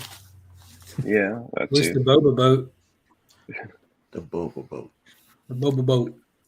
I mean, for like the casual viewer, it's, you know, they should have leaned hard into the nostalgia with Boba Fett. He's this mysterious badass that we don't know much about. Yeah. Keep it that way. Shorten the series down and just do me, 3-4 episodes of him being a badass that we learn nothing about. We'll unveil more later in The Mandalorian about the history and all of that. But I agree. They tried to like humanize him or show these different and it's like all the mystery was gone. It's like he's not a badass. He's like weird and emotional, and I don't want, I don't need that. And so like somebody new coming in is like, what's the big draw on this guy? I don't understand why, my dad was so hyped up about him. For me, he gets his ass beat consistently. Yeah. I never cared about Boba Fett from the original series at all. So I was hoping the show would make me care about him. Made me care even less. Yeah. You should have stayed in the pit. I mean, when you have a character that's like wide open, you could tell any story because we don't have anything tying him down to anything, and that's what they do. Yeah, I think I had that same reaction when I saw Halo. I was like, 15 years, how many scripts? This is the one you guys went with? And the same thing with like Boba Fett. I'm sure there were so many different iterations of like bringing that character back, and that was the one where they're like, yeah, this is it. This is it. That's the one.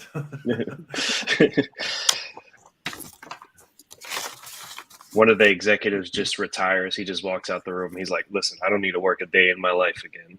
We got one. Yeah, but you youngsters don't have to wait 3.5 decades to be disappointed. Like That's true. It's like 2 months, you know? It's like, hey, this sucked. And then, all right, I guess we'll see it again in a year or so. Yeah. You're like, oh yeah, I found out about Boba Fett when I was 5, which was like 10 years ago, and then oh, there's a show, cool. And it sucked. And it sucked. Yeah. What's For me, crazy is like my son, he's gonna turn 3, and it's like it's kind of crazy where all these things are so easily accessible. Even for me, who's like relatively young, I'm like, oh wow, like, you know, I used to have to rewatch Spawn all the time to get my fix. And it's like now it's like you could skip half of these and still have more content than you ever need. I think about that Well, that's all what I the was time with my kids. That's what I was going to say. It's the saturation of it to some extent, because like Marvel, when they kicked off with the movies and everything, they had a nice little window with me where I was like still in that phase of I never thought I'd see this shit come to life, you know? So my critical eye was not, I was like, I love it. I love it. I love all of it. You know, now we've hit to the point where it's like, all right, this is, yeah, so you know, true. I think y'all are flooding too much. You don't get it. Back in our day, all we needed was a stick and a bicycle, and we went outside and we made up our own episodes. No, but I used to, you know, Get off my lawn. I used to freak out seeing Spider-Man on the Electric Company, you know, and that was, I don't know. Hell yeah. Yeah, I you have know? all the Electric Company on DVD And over there. it's, you know, you can look at it now, it's terrible, but still that nostalgia kicks in, and I'm like, all right, you know, because off screen somebody throws a big net. I was young, and I was like, dumb. this is amazing. I always think about I didn't know any better. The Captain on the motorcycle and the old American Captain. It was a trash movie, but when I was watching, I was like, "This movie is the best movie I've ever seen." Which one? That's the the first original Captain America back. What is it, Red and Brown?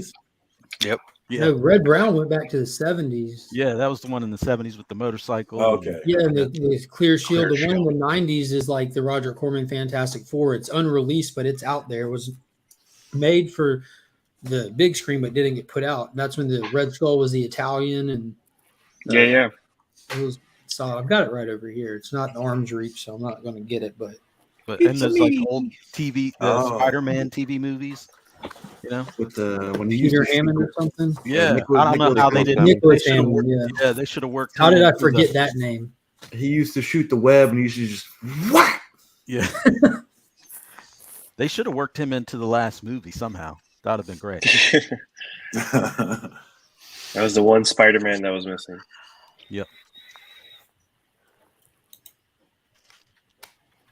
Yeah, but I remember watching like you know, Batman reruns and The Incredible Hulk with my grandma, like on Sci-Fi.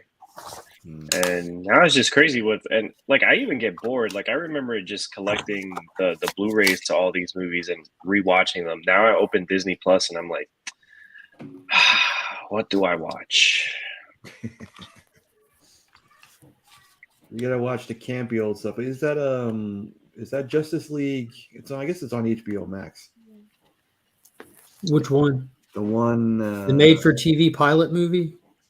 Not the movie. The one where they do the roast, I guess, and they meet. Challenge of the Super Friends. Challenge of the Super Friends. Yeah. Solomon Grundy need new pair of pants. Solomon Grundy. Dude, that's so legit for its time era, though. Seeing like the man. costume get-ups and like those actors. Like think of how big the dais was, and those actors actually did a proper representation roast of the character they were playing. You know what I mean? It was good. It was funny. That was awesome. They couldn't tell it was Solomon Grundy at the gas station because he had a hat on. Yeah.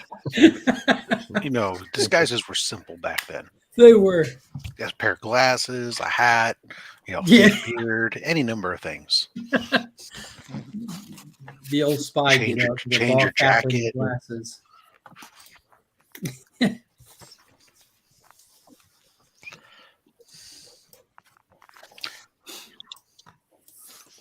All right, guys, I'm gonna head out.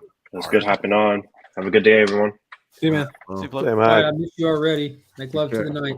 be careful on that train. Be careful on that train if you're in it. Thank you. I've been home unless I go to work these days. So, all right, appreciate you. Later, guys. Bye.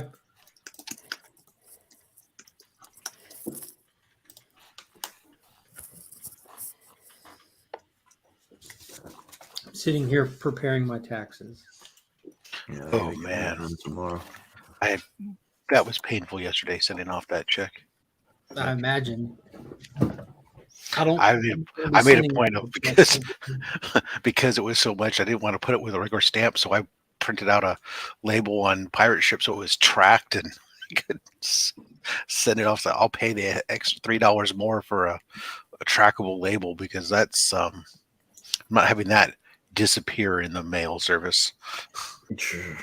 I had to pay one time, and that was the worst thing. One of the worst experiences. I didn't have to. Never hurt me too much until Trump changed the tax laws and said, "Oh, blue states, fuck you." Yep. Penis is takeable though. I don't know. Well, we know that only because so many women have lined up to take it, apparently.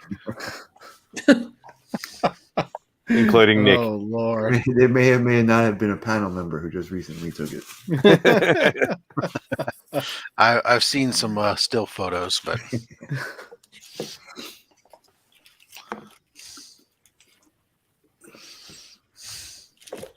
Tyler, you should pick this up.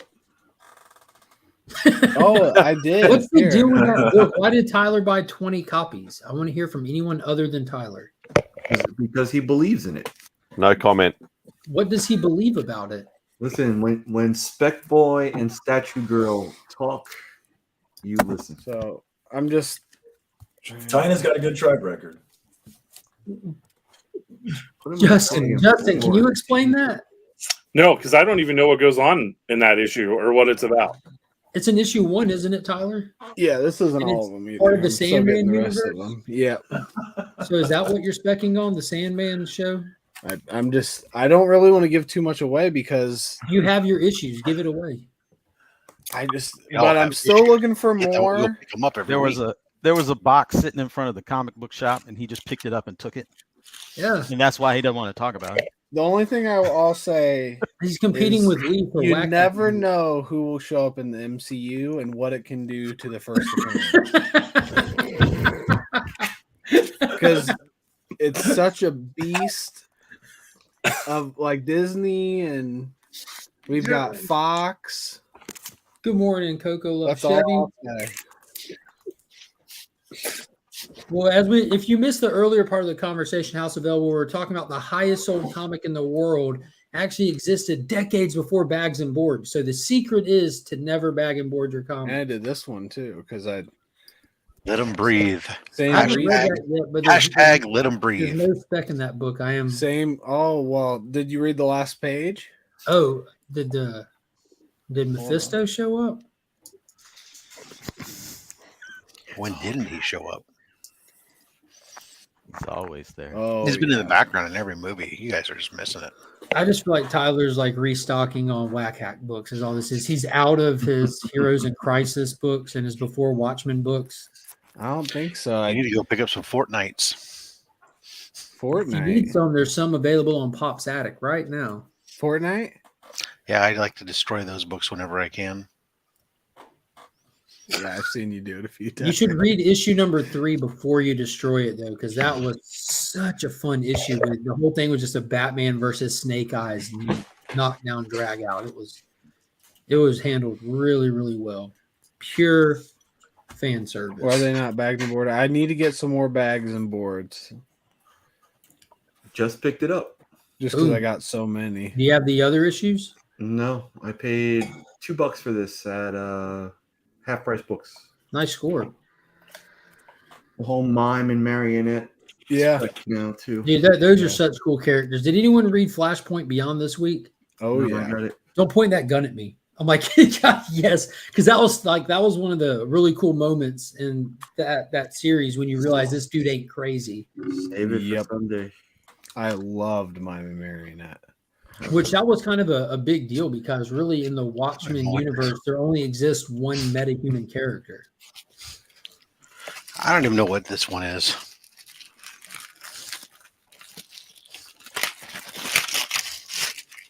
What is that? A Walmart pack? No. I think that's issue 1, 2nd, or 3rd print or something like that.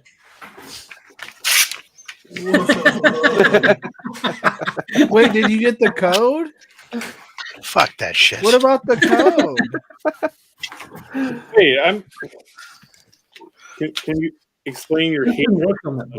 Here, I'll send it to you, and you can get the code. Okay. Yes. Yes. I'll put it in the poly bag to protect it. What is happening? So that it gets you in one piece.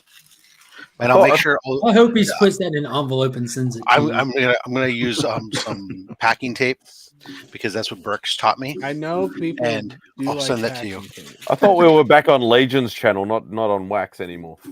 Yeah, honestly, it's a Rob, Fortnite book. It's not the a whole real comic. concept of Legion is destroying a book without reading it like all. that really does trigger people and isn't the nicest thing to do. Well, they can all cancel me. It's a Fortnite book. I stand by my conviction. Justin, what were you going to say? I just want to understand the hatred for it. For what? I don't know. Or I have absolutely no idea. It's just something For the Fortnite book? Yeah. Oh, I enjoyed it. It was. I have zero familiarity with the video game whatsoever, and I just read it as just something to be able to talk about on the channel with people. And I had a blast reading it. It was really fun. I thought Justin was saying, "God damn it, I lettered that." And I was going, "Oh." My kids need the code for Batman Who You can Laughs. see through it. Yeah, the whole series, including the 1 in 25 for Foundation, is available for next to nothing on the Pops Attic Instagram page. And all the codes are in it because I don't know if y'all know this, but there's no digital codes for the N64. I'm still on the lookout for them, but I haven't. The N64. Yeah, I haven't seen any yet. Yeah, none for the Atari 2600 either. Yeah, same problem, dude. Same problem. EcoVision, yeah, nothing. The Jaguar, none for that either. Yeah. Yeah. It's really a travesty. Those were the days. Justin, my man. What? Now you left a comment under the. I did post my free comic book day video where I show all the titles coming out, and you left a very awesome comment that you didn't realize it at the time, but you now see that there's a few books that you have the opportunity to work on the list. Yeah, I'm trying to remember what they are now. Oh, the Winchester Mystery House. I did that one. I did the Nottingham one. And the one from AWA, what's the Primos? Primos, yeah. Yeah, which I have a feeling, well, I mean, it's probably just like the first 10 pages of issue 1, since it's not a new story. Or at least it could be a new story, which means that I wouldn't have worked on it, but if I worked on it, then it's probably just some I thought it said issue 1. There's like Barbaric issue 1. You know, they always do that. They do a later printing of an issue 1 for people who missed out. I think that's like, I didn't read the synopsis for everything, but that's what it looked like. It said 1 on a lot of that stuff. So you want to know the story? Marvel was doing the same format that they did the past few years, where they have like 2 or 3 like desirable titles like that everyone will want, and they include 2 stories in each one, like Avengers splitting it with X-Men and Spider-Man splitting one with Venom. It's a great way for them to save the cheap paper they use. So you want to know the true story behind these Fortnite books? Yes, sir. So it was originally just a joke that I was like messing around with somebody, a guy I would follow, and I was buying stuff from online about Fortnite books. He spec'd on some after that first deluge of them, and ended up with a whole bunch of them. And he was trying to sell them one night and couldn't sell them, and I was making fun of him and friendly. Wait, I said, what? And I basically said, well, at least I don't have any Fortnite books, and because he had these stacks of them. And at one point, he was so desperate to give them away. He said, "Hey, if somebody wants to buy these things, I'll give you, 20% off your next purchase." And and nobody would take it. And he continued to sell throughout the night and got towards the end of the night. And that's when he pulled out a slab that I wanted, the first Beta Ray bill. Nice. And he was asking like $250 for it, which was a fair price for it. And I'll tell you what, I said, I'll take those Fortnite books and I'll take the 20% off the Beta Ray bill. And he was like, and this was like an hour had passed since he had offered that up and nobody had taken it. He's like, "Oh, you son of a bitch." And he's like, "Oh, all right, fine. I said it. I'll do it." And he says, "But especially since now that means that you own the Fortnite books." And I said, "Oh, I won't. I'll destroy them or something." He goes, "No, you won't." And so when I unpacked that Thor, they were in there. The very first one I did, I pulled out and tore up with it in the unboxing just for him. And then I did the other one another time later on for him for something else on Instagram. And then I've been sent a couple of these since then from other people to do. So I hang on to them every once in a while. I pull one out and tear it up. The one time that I was invited to be the guest on Whack Comics, like you got to come with a book to do a project with. Yeah. I sat there and looked at my stuff. I'm like, I just assumed like I'll have a book like somewhere that I can do that with, and it was probably 30 minutes before I was supposed to pop on that I finally went to look. I'm like, dude, I don't have one. Like there's just not one in my PC. And then I remembered that Finn has a couple of books, not like his like personal books, but ones of mine that he's like was reading and damaged that I've replaced, and just let him like there's Gleason third prints are just all over the house. Free comic book days are all over the house, but some of them he kind of favors, and that matter the condition, they're his. But there was an I Am Batman that he bent that I had to replace. Not I Am Batman, it was a Future State Batman. So I went and I had gotten another one, but I found it like under the couch, and I ended up using that.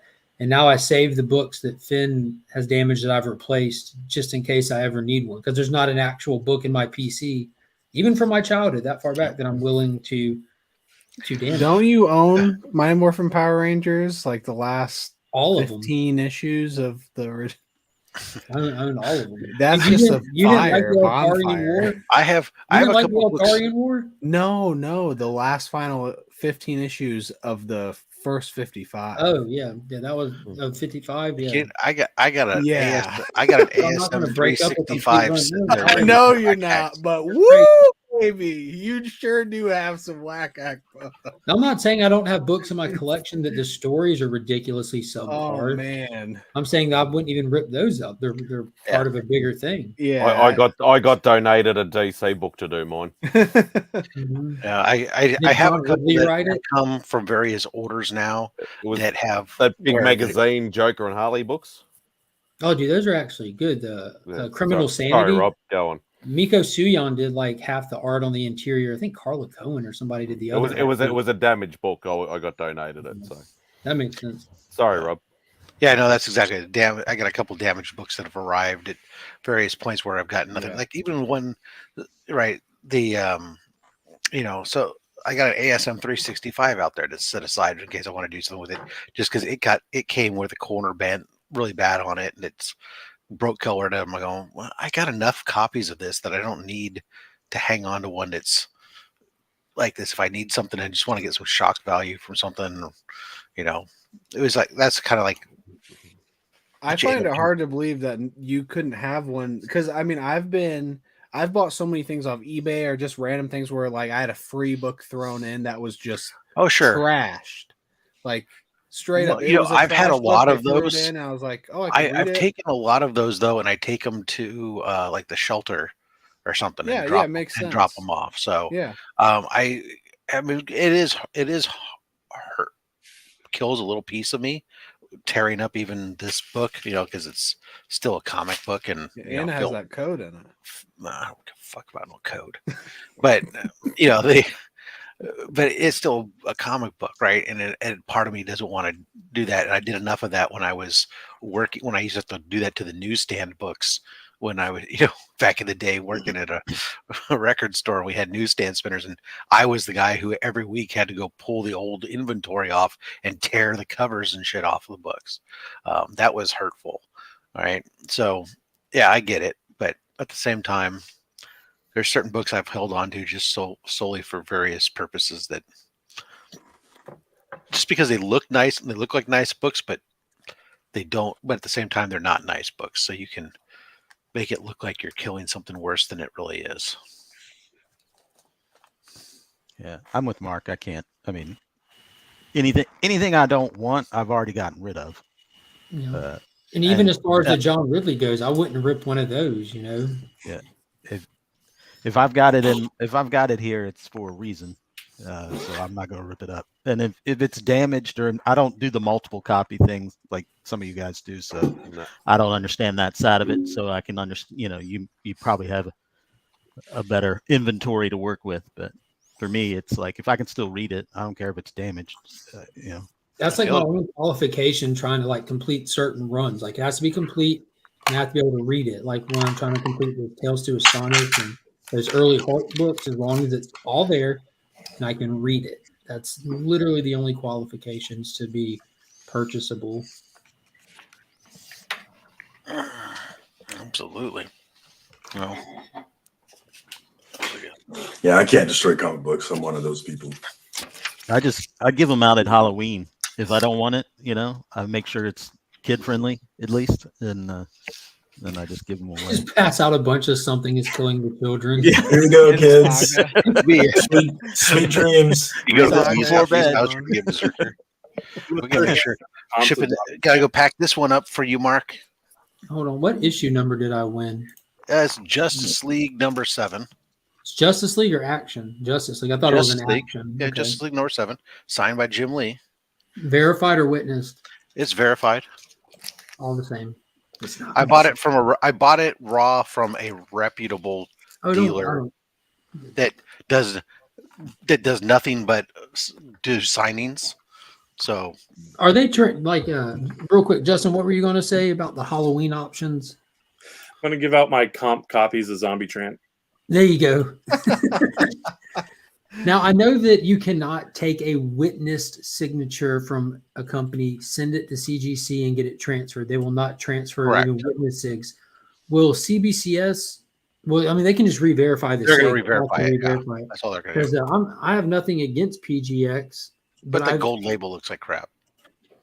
Well, I don't even care about that. But I just, like I told you last night when I was talking to you, I was just going to buy one of those mystery slab pools to get the ball rolling, Right. I appreciate right that. as I was typing in, I think, so 2 of us went. And I think, just once people can see what's in there, and I fully trust what's in there because it's you that's selling it. I know you well enough to know that you're not going to try to get over on anybody. It kind of goes in the other direction. And I'm like, I'll buy one and I'll just put it up on Pop's Attic and I'll sell it and just get my money back at the very least, And then I had a whole Nick situation where I spend more money than I was wanting to spend, and I end up getting something that I'm not willing to sell. Straight to the PC. A Jim Lee signed Superman book. Rob, when you was loading that, he's like, I need to put something in number 17 just in case. So those were when I originally bought them, it was the Trinity. It was a Batman, Wonder Woman, Superman, Jim Lee art signed by Jim Lee. That I bought them as raw books, and then I sent them all off to get the signature verification because COAs are whack. But but yeah, no, it's from a dealer that I do that they work with KRS Comics, and they basically just do facilitating cool. signature That's stuff. the Mike Mayhew shop, isn't it? Where not his shop, but where you can find a lot of his work. This is just it used to be a group called Underground, but now they stopped being their own group, and now they all work for KRS Comics directly. But I remember Underground, the facilitator stuff. not underground grading and signature services, which is based out of Arizona. This is Okay. just an underground. This was just like another group using underground as their name that was based out of Los Angeles down there. Not too long ago in a galaxy really, really close, Jang and Ray Park were at a same event to do signings. And, there's a lot of those G.I. Joe covers that he did. And Underground, something was posting a lot in one of the Jang groups that I'm in to facilitate that event. I think they also facilitated a Lou Ferrigno signing not long ago, but their price was insane. Yeah, they did. Like, dude, I'm like, that's the, I know a lot of people are split. Like, I don't want an actor signing my books. They didn't work on my book, blah, blah, blah. Right. Dude, if you run into there's always going to be that one. Like, There's certain ones. I had Ray Park. I have a book off for Ray Park signed. It's the Phantom Menace #3, the pencil sketch variant of Darth Maul on the cover. Yeah. Sorry. Yeah. Okay. I'm gonna have Ray Park sign that one. I got another book I'm getting ready to send off for Nathan Fillion, one of my Firefly books that features just Mal Reynolds on the cover. Sorry, I actually have a copy. I have a copy that I'd love to get. That's got the whole crew. I'd love to go to an event someday where the crew is there doing stuff and have them all sign it.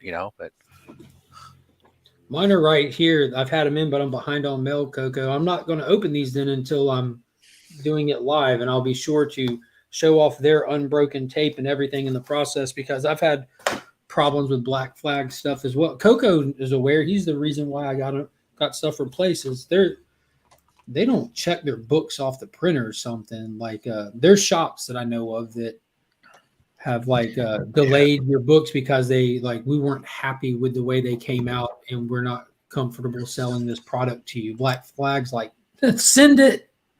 Yeah, I haven't done anything direct with Black Flag, but I've had some of their books because I'll get them.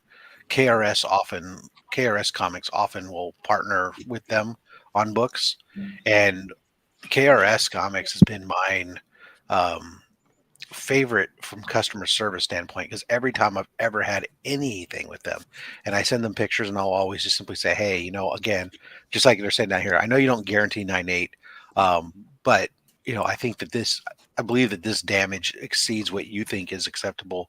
Can someone please evaluate it? And every single time they've gone and said, you know what, we'll send you out replacements, and I'll offer to destroy or send back the old ones, and they'll say, no, keep them, blah, blah, blah, the whole 9 yards. So they've always been really good.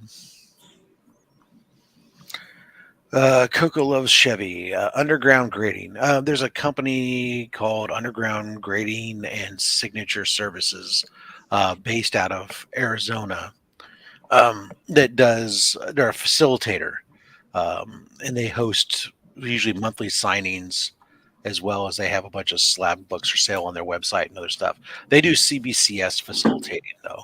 So if you're a CGC guy, they don't do CGC. They only do CBCS facilitating. They are of the independent facilitators for CBCS. They're my preferred facilitator that I use just because I have a good relationship with the guy and he seems to get stuff back pretty fast.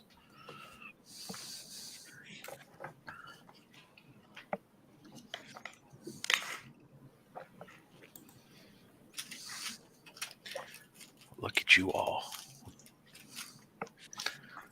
How was the hot seat, Spidey? I have to go back and rewatch after I left. Did all the good stuff start happening then? It was actually a lot of fun. I really enjoyed it. Actually, probably one of my favorite sort of things that's happened to me on YouTube. I thought you were going to say it's my favorite episode of that show. No, I'm not a self-indulgent sort of person like that. No. Favorite thing that's happened to him on YouTube, so he hasn't had the full whack experience, just a partial whack experience. Then I had one of the early episodes of Whack Comics, which I didn't get as crucified as the people today. No, it was before we were going full out. Full stupid. That's so stupid. Yeah, no. As I said, I really enjoyed it. I wish Panda had spoken up a bit more, but probably because it was his first time. Gary being is one of the hosts. Yeah, Gary goes very. He has a list of questions that he's ready to go off of, and he goes on it. And those of us that are there tend to get, because he just goes and doesn't let dead air happen. If you're trying to be patient and wait for a chance to get out a question, you end up almost sitting there quiet most of the time. And it's very easy, at least for me, and Nick probably talked to, because Gary does ask some very interesting questions. It's so easy just to sit there and get caught up in watching it like you're watching an episode yourself and forget, oh, wait a second, I'm not just a pretty face here off on the side. I'm supposed to actually be contributing. Yeah. I'm not in a Hangout stream. I'm doing an interview show here. Exactly. Yeah, you got to be fast with Gary. Well, like Rob said, his questions are usually very good. Oh yeah, like they were brilliant. Like, and it was nothing that, was sort of too much of a curveball. It was, very sort of tailored questions, which is obviously the best way to go. Like, I know I spoke to Nick about this, off the stream when we were just hanging out, and just saying, like, I think I'd rather be in an interview show where I don't know the questions and that they're not a set of questions. Because obviously, different people like different things. Obviously, most of the guys, Gary mainly asked me Spider-Man type questions, but there were a few others, obviously. But yeah, no, still in all, yeah, he runs a very awesome show. I think he asks you Spider-Man questions because that's what people think of you as. Spidey. I think of you as a person, as an individual, as a unique soul. Oh no, I thought he was Spider-Man. I thought he was just a random pop collector. No, he's the king. Yeah, of that's right. He's the king of Aussie So Steven's question of, if you could only buy one comic title for the rest of your life, what would it be? Amazing. To read or collect? I guess Doesn't specify. It just says you can only buy one comic title for the rest of your life. What would it be? That's tough. Especially since there's no guarantee that the good writers will stay on The it. creator, yeah, it's all on the creator on it. But even still, I think I'll stick with my answer of Amazing. Yeah, I'd have to be with Mad Spidey on this one. For me, it'd probably still be Amazing Spider-Man. I stuck with the whole Nick Spencer run. I can stick. But Austin Theory, could you just fathom the idea of, like, the only comic you get to read is Nick Spencer Spider-Man? Like, granted, you enjoy the character. Oh, but, Jesus Christ! If that was all I got for ever, that's no, an impossible question. That was a long run. All right, let's change up the question. If you could only read one comic, what would it be, and what creator attached to it would you choose? I think we have to answer Steven's question first. Yeah. Fine. Which I can still go with it. I can still go with Amazing only because I know that, in the normal world, creators come and go. So overall, I have to stick with Amazing Spider-Man just because Spider-Man is, what character that I most enjoy. Tyler, what would you go with? What character? If I was just collecting for it would be Amazing No, that's not his Spider-Man. question. It's just if you could only buy one comic. If I could only buy one comic and that's it, I'd probably pick Amazing Spider-Man because there's so many to collect. But if I wanted, it's like 3 a month right now. Yeah, it's peeling back because now we're we're about to kick off issue 1. It didn't say he's asking what back issues would you buy. What would be the one comic you would continue to pick up? Comic title for the rest of my life. So if you had to have one on your I can only buy list one only. title for the rest of my life. Yeah. What one book stays on your pool list? I don't think that's one comic title, right? For the rest of my life. So I can buy any Amazing Spider-Man for the rest of my life. Yeah. From any number. To read, it'd be Saga. Easy. So the answer is Saga. I'd probably go Amazing Spider-Man just because I'd want to stay a comic collector. If I went with Saga, that'd be it for me. When Saga ended, I would be out of comics. So. Shit, you may have to wait just a lifetime between 2 issues. Yeah. Circumstance, what would you go with? I was thinking, honestly, I just started Saga, but I was thinking Saga. It'd be hard for me to pick a book where everybody's forever young, I think. I would want to pick a book where things are progressing at all times and people are getting old. So, and then Saga would be more to that. So, even though I just started Saga, I'm thinking something like Saga. I need to get caught up on it. I've never heard bad things about it. I've got the first trade, just haven't gotten into it. Justin, what book stays on your pull list for the rest of your life? It's hard.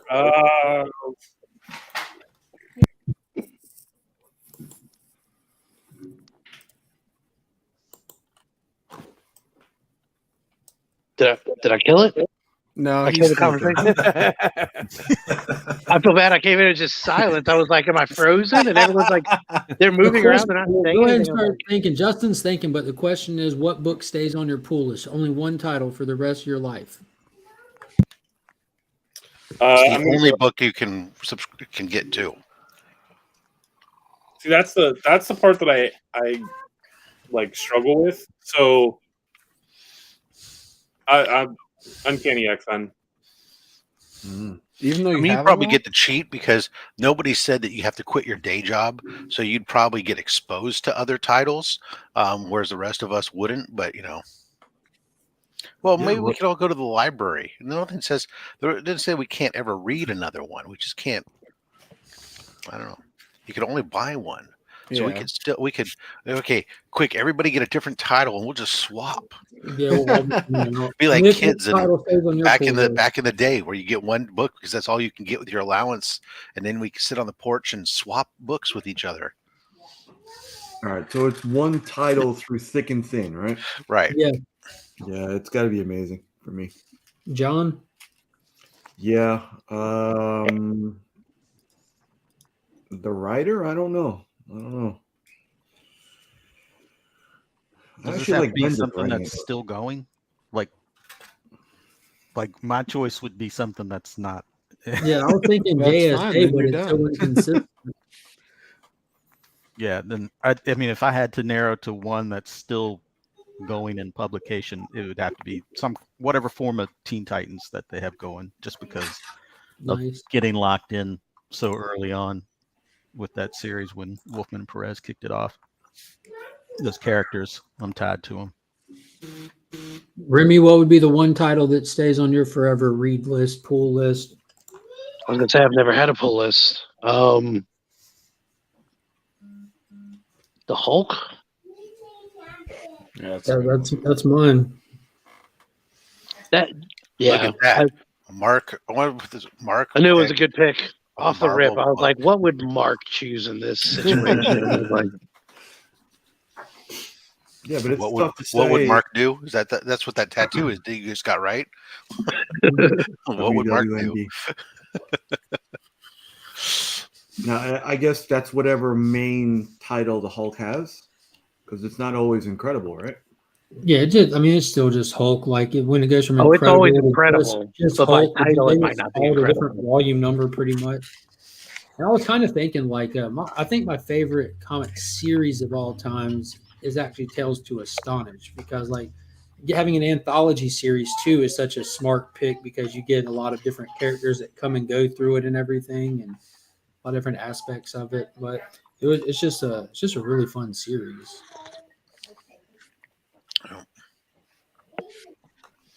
Good question.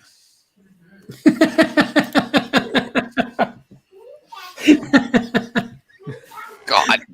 Vladimir Putin has his military interrogators reading captured Ukrainians. Nick Spencer, Spider-Man run to give the informants he's looking for.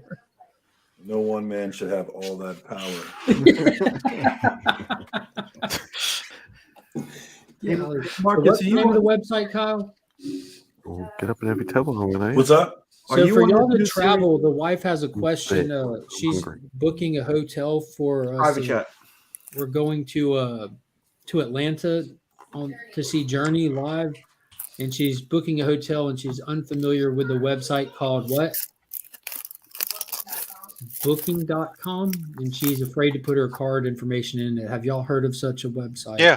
Booking guide, it's a famous site. It's like advertised on TV. Tyler said it's a famous site that he goes to their concerts. Yeah, I was going to say, you mean The Journey? Steve Perry Journey. Yes, I was about to say it's definitely not the Journey. That might be a different band. And no, Steve Perry's not in it. He's been retired. No, he's not. For a But while. the Nell dude was the lead sounds just singer. like him, though. Yeah, The Nell's new guy. fantastic. But yeah, it's a. I don't know why it's just like I enjoy a lot of music, but Journey's always just been like if someone asks me what my favorite band is, it's always just been Journey. Journey. They're one of my favorites. She got me tickets for Booking.com, the guy, the actor, the spokesperson. David Shatner? No. What's his name? That was Priceline. Yes. And he's like, we're booking.com because we keep it simple. We like booking people for places. That guy. Yep. Aggressively relaxing told you to don't stop believing that website will work. Coco said don't stop believing is playing while Ukrainians are being interrogated. Disagree with you on that. Whoa, that is disrespectful. Yeah, I'm not here for that. No Journey slander. Hey, so I was going to ask, because Marcus, you got a question in the private chat. yeah, since you like something that's killing the children, this one seemed just like it. It's called Grimm. Is that based on the TV show? I don't think so.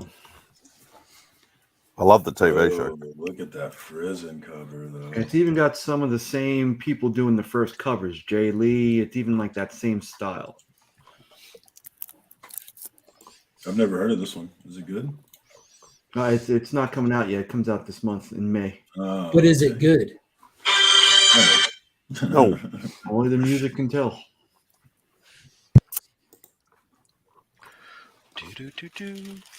Well, I'm a sucker for a prison cover, that's for sure. Jessica Harrow is dead, but her journey has only just begun. Discover the world of the afterlife where Jessica, has been recruited as a reaper, tasked with ferrying countless souls to their final destination. But unlike the rest of the reapers, she has no memory of what killed her and put her in this predicament. In order to unravel the mystery of her own demise, she'll have to solve an even bigger one. Where is the actual Grim Reaper? Sounds like something from Supernatural. I'm not familiar with that writer, Stephanie Phillips. Harley Quinn. Quinn. Yeah. And fan favorite artist Flaviano from the New Mutants. May 11th. I'm a sucker for a new Boom series, so this one's actually it's Boom. Yeah, I thought it was. So, are you hype about that one? Yeah, it looks good. It looks good. I'll give it a shot. I'll give it a shot. They got a Something is Killing the Children cover. Oh, I need that one.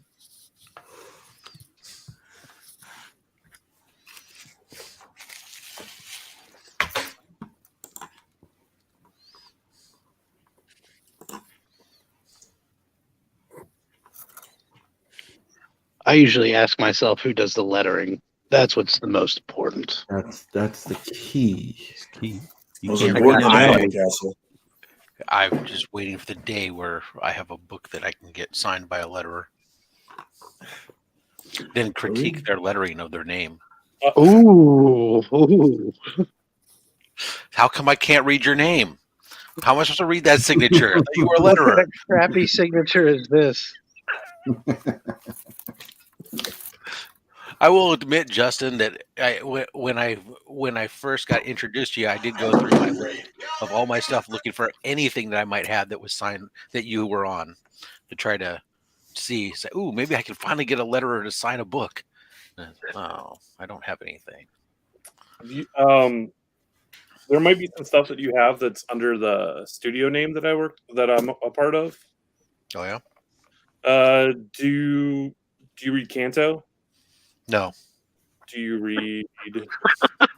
You're probably gonna. I don't read a lot of independent stuff, so. Right, I'll just come back here. Isn't that a region in Pokemon? Kanto? I don't know. Is it? You read Kanto? Absolutely not. You could have told me it was, and I would have. Okay. It actually is, surprisingly enough.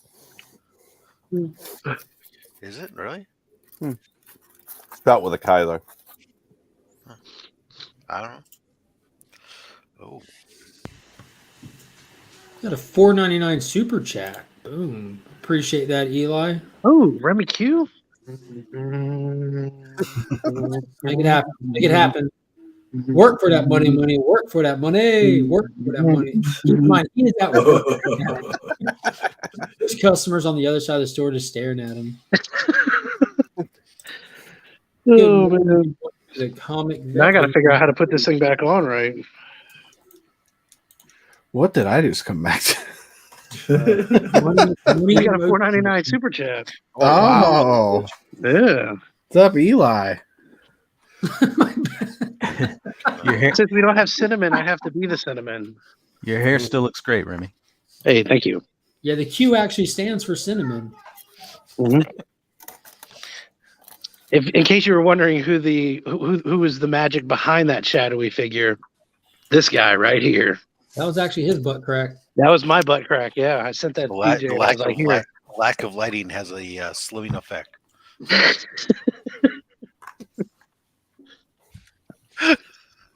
what I always tell everyone. My wife, yeah, no, the lack of lighting will make me look a lot thinner.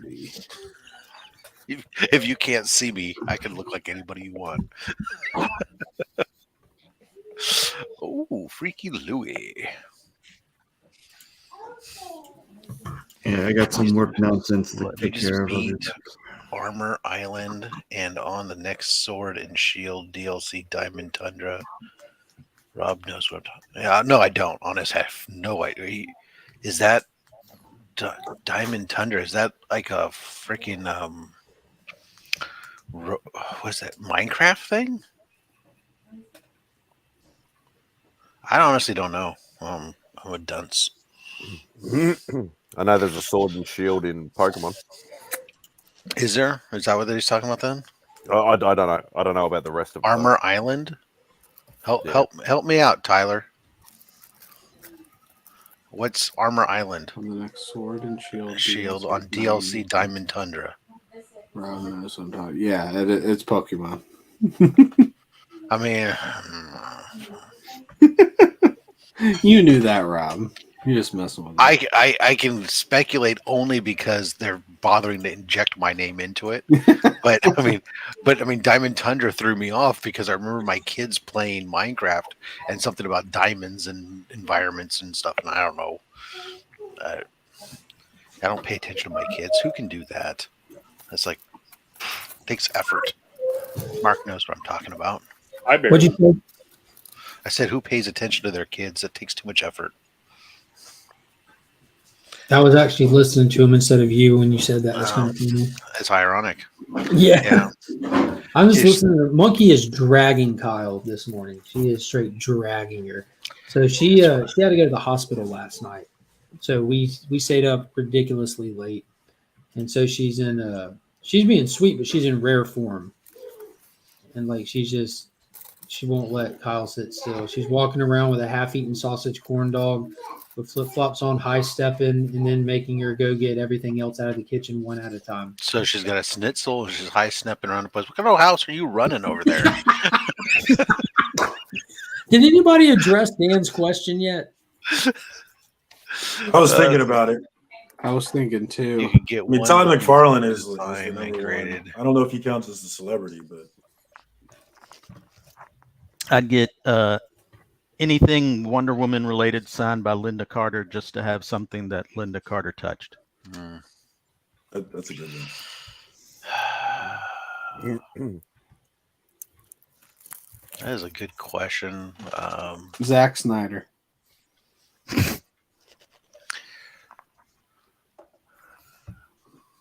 The problem is that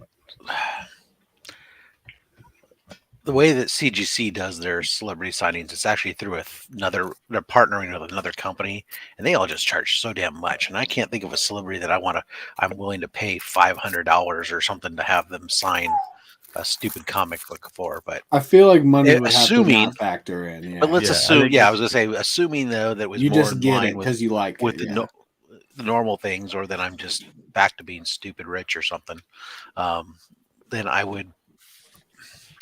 Maybe I'd have George Lucas sign one of my Star Wars books. Yeah, that's a good one. I wouldn't The mind a Houston Star Wars. Robert Downey Jr. or something like that. I know a mate of mine just got one of the replica Iron Man helmets signed by Robert Downey Jr. I mean, we know Lee would be signed up for Keanu Reeves with a couple of berserkers. Oh, Keanu. for sure. Just a couple. He's got a dolly lined up. All right, sir, sit down and buckle in. What about a forbidden book, like a book you know they would never sign? Like I've heard about Jim Lee getting mad about people asking him to sign certain books. My answer is Lou Ferrigno, which I kind of started to touch on earlier. Right. I know one of my mates here got Stan Lee to sign a Batman book. Really? He just thought it was hilarious. Freaky Louie wants to be there to do the signing because he wants to be the experience of being weird and off-putting. You always are, man.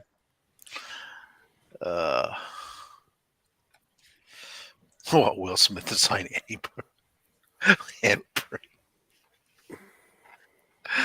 Oh, good times there. I'm sending a book off to Kevin Smith to sign, but it's only because he was actually the writer on it.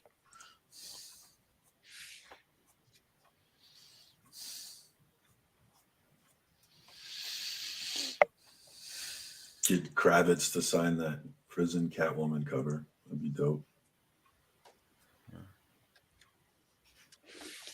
All right, I've got my answer. I'm sending off Amazing Spider-Man 316 to Stone Cold Steve Austin. Okay. I'm trying to get it. That makes sense. I don't get it. I'm surprised we didn't think of that already. I guess just because of the 316. Oh, duh. I'm stupid.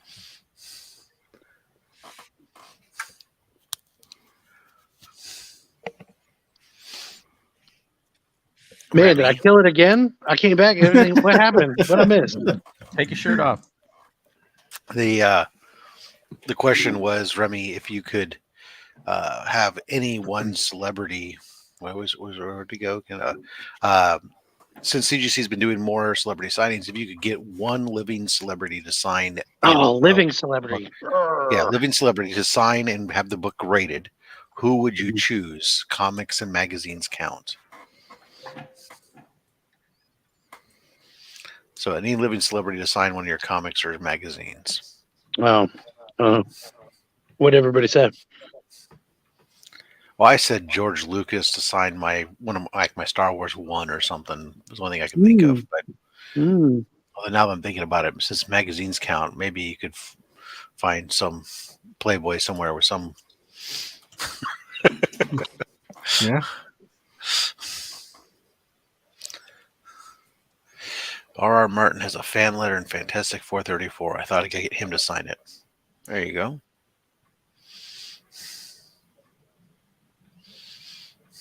Maybe Muhammad Ali. Ooh, he could sign that one where he fights Superman. Yeah, that'd be cool. Isn't there a problem with having him sign something? Yeah, I guess he shakes a little bit. No, there's a bigger issue than that. I mean, he was a good fighter. No. The Yeah, he views was. expressed on this channel are not the inherent views of everybody on the panel. Wait. Are you talking about Michael J. Fox? No, Yes. Muhammad Ali. Yeah, I heard he shakes a little bit. I thought, isn't he dead? No. Muhammad Ali's not dead?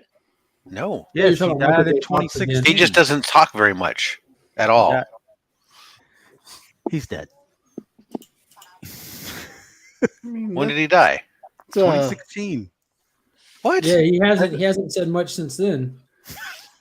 I think I don't Rob remember. was the only one not in the loop there, I guess. Yeah, I thought he was still alive. Well, what do you know? What do I pay attention to? Show you how much I pay attention to Xboxers. Maybe I get Cassius Clay. They can tell me his Video Sunny games Liston have is to do gone with too. it. Right. I don't know what the Xbox has to do with it. Oh, Rocky Marciano. Is he still We around? call them gamers, Rob. I spend too much time. Obviously, I spend too much time playing Pokemon to know. Yeah, This Muhammad just Ali had in. 9 kids. Yeah, I only know of one Layla Ali, who went on to be a female boxer, but I'm pumped for that.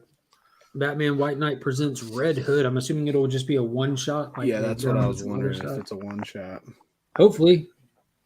No reason to muddy the water. Keep it good. I see Joker on the cover. I see that new Robin. There's a lot of different elements that makes it hard to pinpoint a time frame for this. Maybe we'll just be filling in the gaps of the Jason Todd story. There's a lot. He was the first Robin after all. and the 33rd at the same time. Same damn time. Because that's how it works. It's almost time for me to go to Romania. If I can get one celebrity do. signed and graded, I guess Julia Roberts. Wait, I misunderstood the question. But who would you have for signer? Yeah. Who would you have signers? Richard Gere.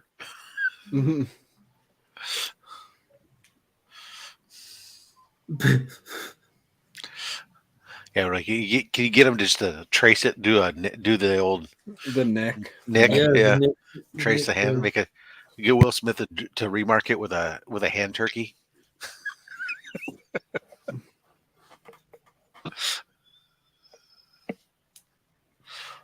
That'd be great.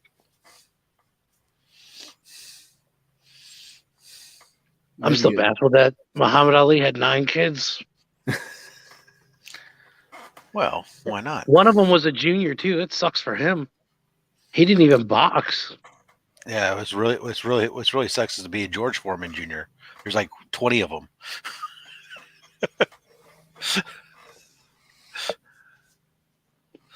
Look at how many kids George Foreman had.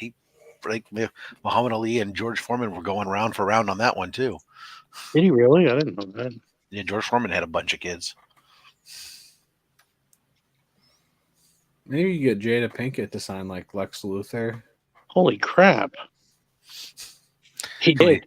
No joke. So when I pulled it up, it said children at list 2, and then it says more. And you just have to click on more. There's 6. Like we can't even fit them all on here. There's 6 George Foremans. Holy crap! That's just it. He's like George Foreman. They all look like him too. Yeah. Would they cloned him? They're all the same guy. Seriously, like three out of the 4 or 5 that I'm looking at all look like George Foreman. It's crazy. That's the same guy. Got channel member Alan Rue up in the building. We got Tate Prime just showed up. Good morning. Good morning. And they all have a grill that drains the grease away from their burgers. Isn't that the flavor, Rob? It is. The only thing I ever really liked the George Foreman grill was for like cooking chicken breasts and stuff. Sandwiches. It's good to when you make a like sandwich. A panini. Put a sandwich on there for a minute. Yeah, like good. A panini press. Yeah. That's the one with the lines in it. Yeah. I know that back in the 90s, I think it was a little bit after the George Foreman grill, they made the same concept. Like it's just a little fold down grill, but it was shaped like a sandwich that had been cut diagonally. So you make a sandwich, cut it diagonally, set it in there and close it. Like if you're doing grilled cheese, it locks in the bread around it. So it's like a giant cheese stick almost. Yeah.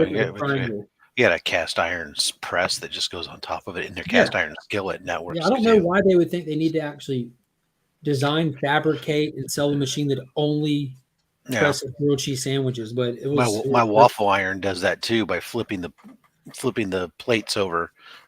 You can use it as a press like that. Nice. Although I just stick my bread in the toaster and make my sandwich on the toast. It does this kind of the same thing. Genius.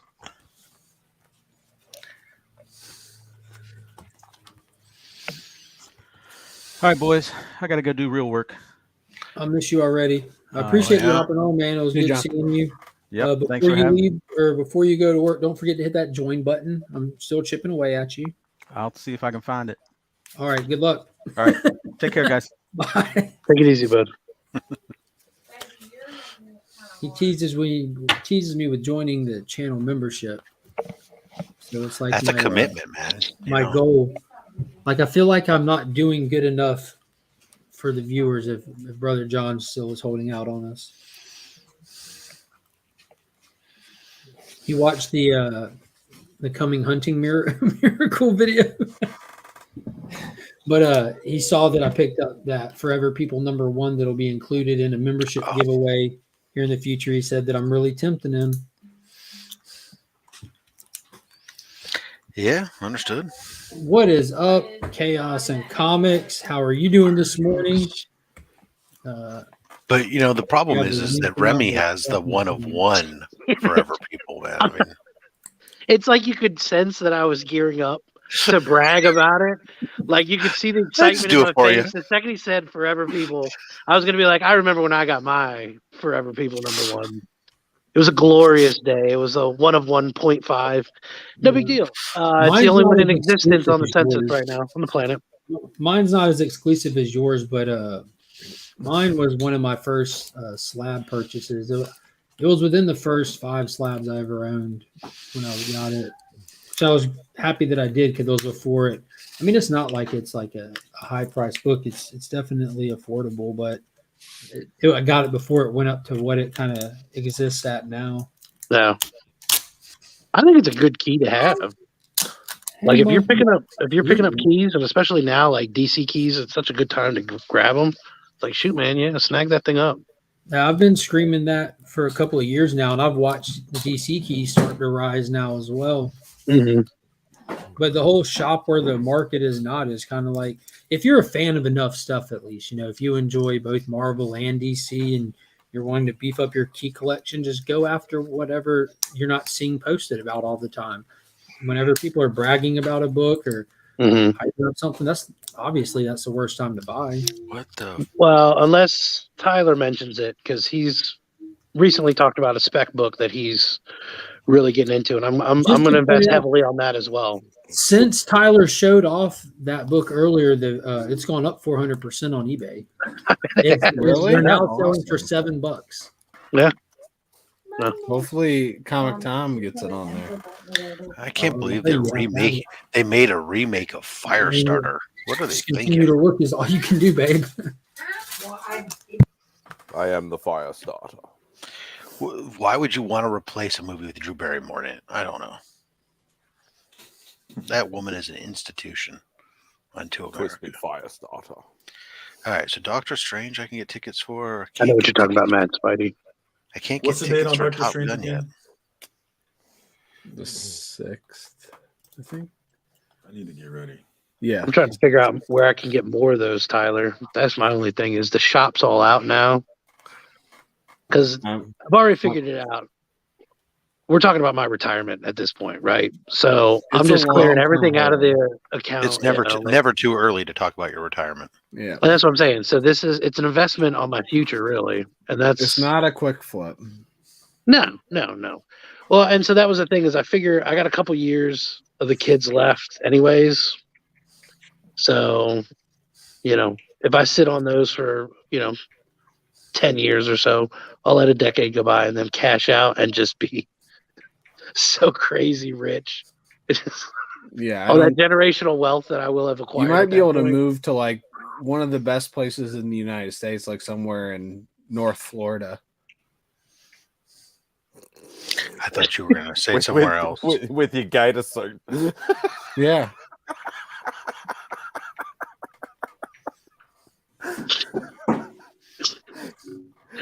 Gator man.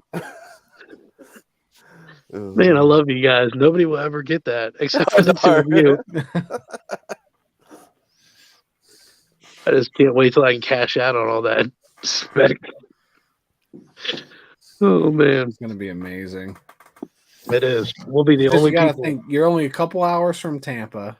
You'll be a couple hours from Atlanta, one of the greatest cities in the United States. Mm-hmm. And you can be a gator in Florida. Not much better. But would you be?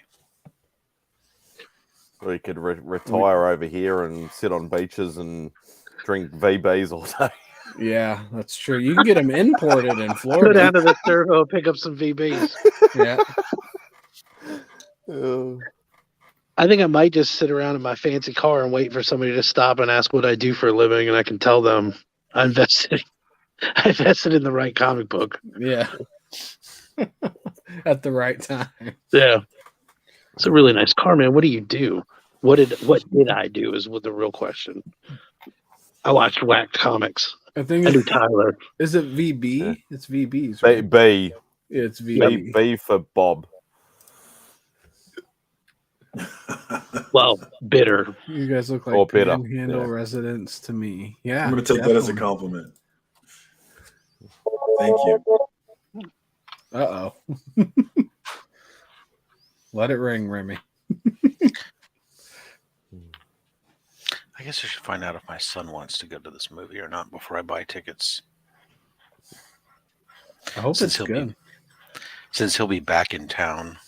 I don't know what to expect from the trailer. I don't think it looks bad. I just have no. Yeah, I'm afraid of it. I'm afraid of it being a muddled mess. But $5 super chat from Blue Hellions for the fact Mark survived the problem with the PGA last week. It was not actually PGA, which is odd. Masters isn't PGA? I didn't know that. No, it's weird. It's like just think if the NFL played all year long and the championship they actually cared about was not the Super Bowl. It was a private tournament held by somebody, which is the most prestigious football game you could win, and that's your big event. And that's my Thanksgiving bowl. That's my Thanksgiving bowl game with my family. The Masters is a private golf course that holds the most exclusive. Yeah, we have a pretty exclusive game down at the local park. Only. It has nothing to do with uncles and nieces and nephews all get together, toss the pigskin around on Thanksgiving Day. Yeah, that's the most prestigious game there is. That's the one. I mean, I'm looking to sign Garoppolo this year for my Thanksgiving bowl because I mean he's not doing anything anyways, right? So bring in a ringer. Is he not? I think he'll get a job.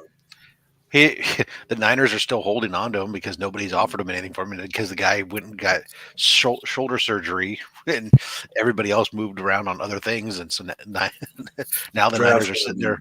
Niners are holding on to him, hoping that somebody needs him at some point. At the same It'll time, happen. Somebody will get hurt.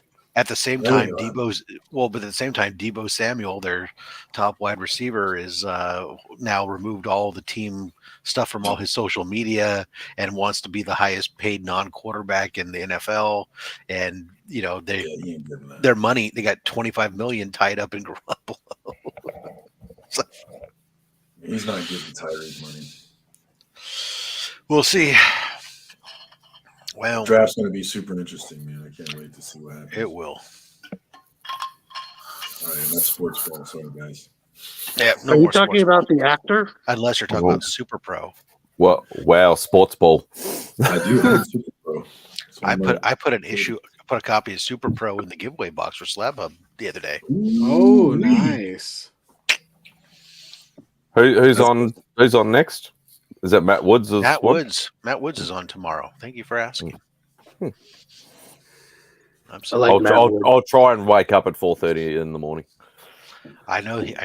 I don't know if it'll be on the show, but I know he does have an ASM 1 with a great story to go with it. Oh, wow. He paid I don't care about the story. I just want the bloody book. He paid very little money for it. And when I say very little, I mean like what you probably have in your wallet. So like my 129 for $5. Something like that. He was at a garage sale when he found it. Oh my lord. Man, that's the dream. It's not a high grade copy. but it doesn't matter, right? Because even a low grade copy of that book is cash money right now. That's insane. I'd be happy with a 0.5 as long as it was complete. If you found it at a garage sale, incomplete, missing 3 pages, how mad would you be? Mad enough to still buy it. I would probably throw the tables at the bloody person holding the garage sale. Regardless of how much shit was on the tables, I would just flip them. If it was like $3 or $1, yeah, I'd buy it so fast. Yeah, I'd buy it, but I'd still be pissed. Look, I bought an incomplete Batman 181 for $30. You know, it's like, yeah, I wouldn't be pissed at all. Yeah, who has cash in their wallet? That's true. For the most part, I usually don't. But then when I do have cash in my wallet, I forget I have it in my wallet, and it sits there forever because I think I don't have it. I had the same I keep $50 cash note in my case I wallet get for held the whole up. of COVID. If you get held up, you want to have cash on you so you can offer them something other than your wallet. Like, here, take the money, go. Well, the real thing was they used to tell you back in the day when you're walking around places where you have a high risk, that is you put your money you put some cash in a money clip, and that way if you got held up, you took your money clip and you threw it one way while you ran off the other way screaming. Which way they're going to go, after you, who's running screaming, drawing attention to yourself, Me personally, or after I would shoot or you real after the quick to get you or after quiet the. so I can go hunt for the money. All right, Dang, it's time for me. where do you I put keep it for the It's strip time for club. me to go hunt vampires in Romania. So, All right, Rob. so I'll try to hop back on. Take it easy. Is it good? That's why I Well keep cash done. in my wallet. Give it to mommy. She wants it. Here. For vampires? Strip club. Oh, okay. That's good. Like, just in case I'm hungry or something. For strippers? Stop by the strip club. Here's some good, Make sure good I have bite some to cash eat. on me. No, you finished that one. Who else has got their tickets for Doctor Strange already? I don't know what time I can go yet. Are you going to allow Lisa to attend this one with you? Probably. I No. don't know. Maybe. On the fence still? It'll be Thursday, so yeah, I guess she can go. Definitely Do going. you let her Thursday night. sit by you? Honestly, I don't know, because if we're getting them late, we might not be able to sit together. Sit a couple of rows I in don't front of you know. so I you have can no throw clue stuff when I at can her. go. Well, I don't know if you go during the day. No, you said Thursday, so it'll be the evening. Well, usually I go Thursday at 3. But I just got tickets, and you pick your seat. There was 8 other seats filled already. That's it. So there's 12 seats filled, counting our tickets. That's including Finn going. At this point, Finn is an attendee when we go to see movies. I didn't take him to see the Batman because you could tell from the trailer it wasn't appropriate. Mm-hmm. But he knows who Doctor Strange is. He doesn't half care, but he enjoys going to the theater. He went and saw Spider-Man. He's seen a couple of kids' movies. He did great during Spider-Man, so I hope he should be fine for this one. Yeah, I just hope it's good. We actually saw Professor X's wheelchair in the last trailer. I didn't see that. I haven't watched it. Yeah, You see there was a new trailer. 0.5 seconds. You see his wheelchair. So, Curveball, Doctor Doom sitting in it. yeah, maybe. Mephisto. Or they brought back Muhammad Ali. I couldn't even get it out. I wish Rob was here. Damn it. The only person that didn't know Muhammad Ali was dead. Oh my God. The twist of all twists. Did anybody read 7 Secrets from this week? No. I heard there's only like 2 left or something like that. Did they call a final issue for the series already? Yeah, they did. I think there's 2 left. That would make sense because this issue just went really hard, but a lot of them do. Like, dude, I highly recommend. I recommend before it ends, Tyler. Like, I know you enjoy good comics. Trying to catch up real quick. There's a little bit over 10 issues out or something like that. I don't know the exact. I think I've read 9. But I think 16 just came out. Okay, yeah, it was really good.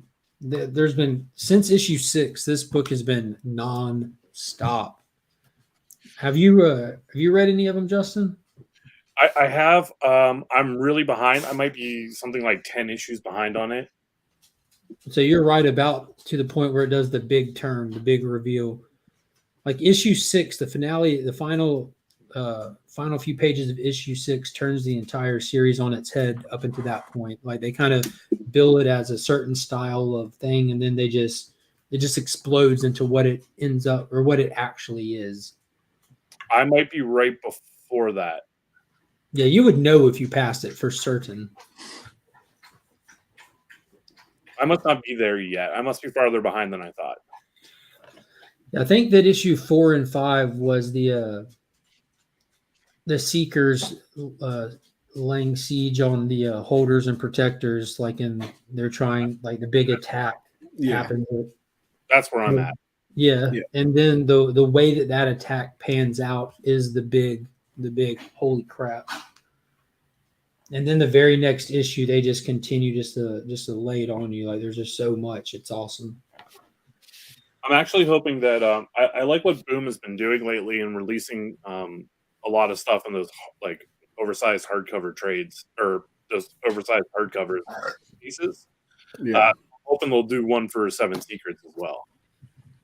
If there's only 2 more issues, they could probably do the whole series in one massive volume, or 2 at the very most. Yeah, I'm enjoying Seven Secrets, but I need him to deliver here. You need him to what? I need him to deliver. You know, I need him to stick the landing here.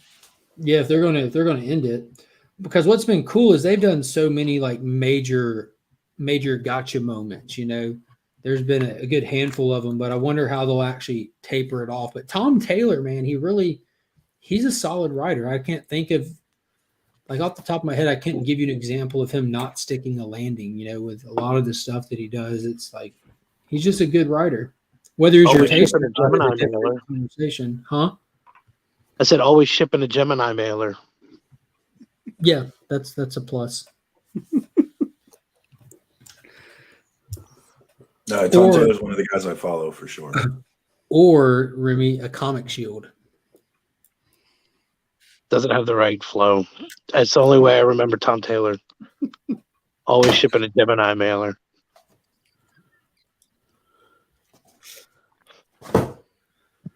When does that Hulk come out? Next week? Yeah. Wednesday. Yeah, I got the Spider. Wednesday. What is going on, Nick? 7 Secrets. That's right. That is right. I'm not reading Hulk, but Oh, Nick, what's up, man? Nick's never in here. I mean, you don't need to call him out on it. Sorry about that, Nick. Yeah. Nick, if you want to hop in, I'll send you the link. I asked for the link earlier. I think Cole sent me the link. Remy, you already had it from me. You'd already been in here. You had it before everyone. No, because I asked you to send it to me, and you were like, "I'll put it in the private chat," and then I got it from the private chat. Oh, that's so I didn't have it. Oh. That's why I said send it to my IG. So Yeah, when I went logged back in, Spidey was he was slick with it. I had to have Cole, somebody who's not even on the panel, send it to me. Thank you, Cole. I didn't even think about that. I thought you were kidding in the chat because you were like, I had it so long ago, but I didn't put that together. Yeah. You can hop on at work. We don't mind, Nick. Marcus, did you read this week's issue of 7 Secrets? I'm like 2 issues behind, actually. I need to get back on that. Just wait. Ooh-wee. I heard the last issue, 15, was pretty good. Mm-hmm. Dude, it's been obviously it's been ridiculously fast paced here with the holders on the run, and every little bit of security they have or safe house or anything is just crumbling underneath them. But it's gotten. I'm waiting. I want an explanation on his pops. They have not come back. Have they? I mean, they may have in the last 2, but I'm really interested in the answer to that. What's the question about him? I don't want to spoil anything, but like, there's a thing, a reveal with his father. What's the main character's name? Casper. Casper. Yeah, his father comes back, and it never got explained how that happened. Mm-hmm. Have they since explained? That's still out in the wind. Okay, I'm dying to know what's up with that. But at this point, like it's going to be a thing, I think, in this series. Like, we've been introduced to a lot of like supernatural concepts, like tons of them. So like death not being the end doesn't seem like a far stretch, especially how like the series opens up. Like, this isn't a spoiler for anybody who's read issue 1, but it starts out with like your narrator telling you that they're dead, that they died. And like, this is basically, it's one of those, you can't trust the narrator. Just because I'm narrating this doesn't mean I live in the end kind of situations. So it just kind of starts out with letting us know that, or making us aware that death might not be what we think it is always like. No, that's a good point. Still want to know what's going on though. Yeah. I think those answers, without spoiling anything, are going to be coming a lot quicker than you think. Yeah. You need to, after you read this issue, you'll know that explanations are going to have to come in the next issue, no matter what. Period. I don't want it to end too soon. That one's one of my favorite books right now. I really like that one. If you just take because it is thicker, Dan, if you take a drill with like a small to medium sized bit and just drill straight through the top center of the cover, leave yourself about 1/4 of an inch. You can then put fishing wire through it and hang it from the ceiling. It's a good way to display it. Yeah, there's no way that they'll be able to explain. So with just the amount of stuff, the amount of content, the amount of different characters, places, entities, everything that are in this, they need to keep their focus, their explanation focused on our primary character and what directly affects him. They can always revisit this series if they want to do more. I like how a lot of series have done like fast volumes, like short runs, and taken a small hiatuses and came back to them. It keeps them fresh, makes you hungry for more.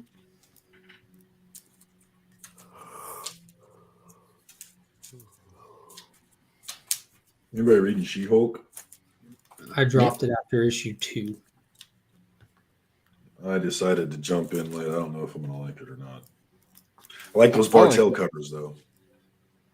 It's kind of, I wouldn't say a ton's happening, but it's an easy read that I'm still enjoying. So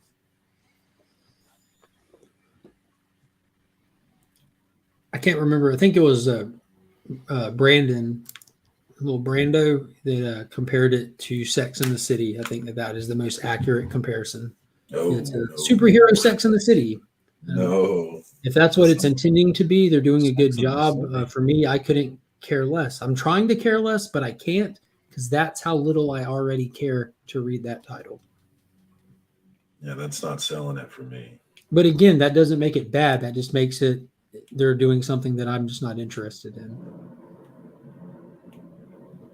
Yeah, I've tried to watch that show with my wife and I can't. So Lost. I've never seen Sex in the City. No, Sex in the City. Really? Yeah, I hate it. I actually hate it.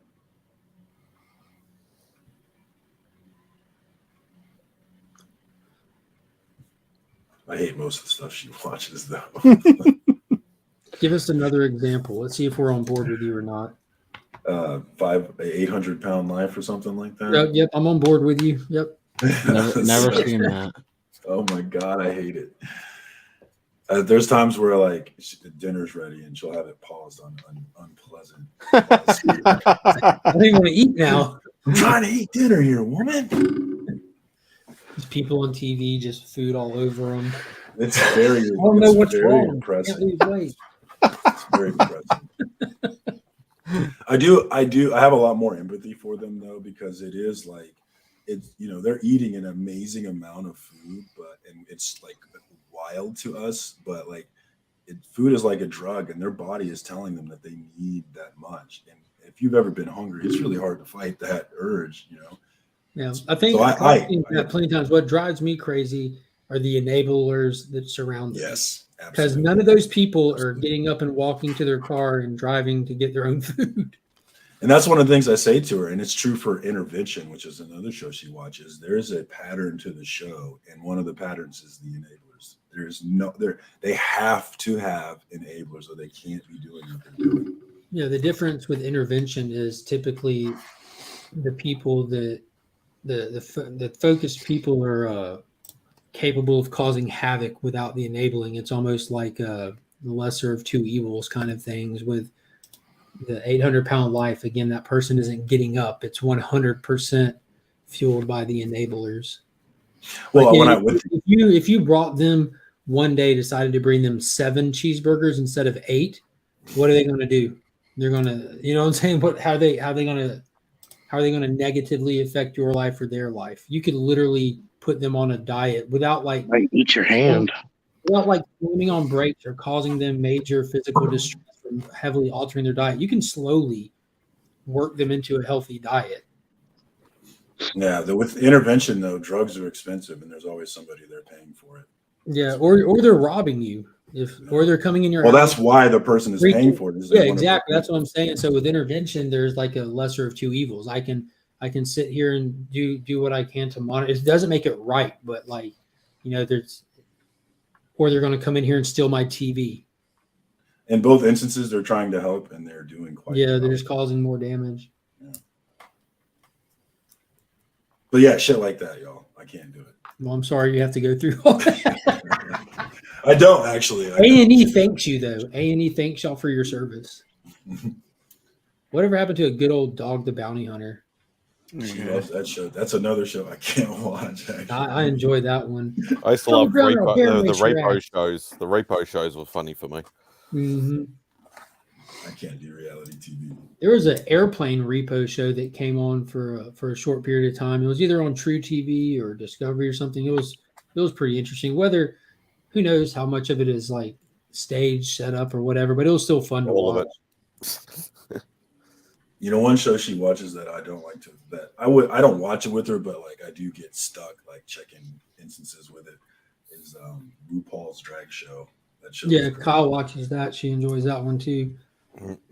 She loves that show, man. That's probably her favorite. Right now, Kyle's hooked on this show called Heartland.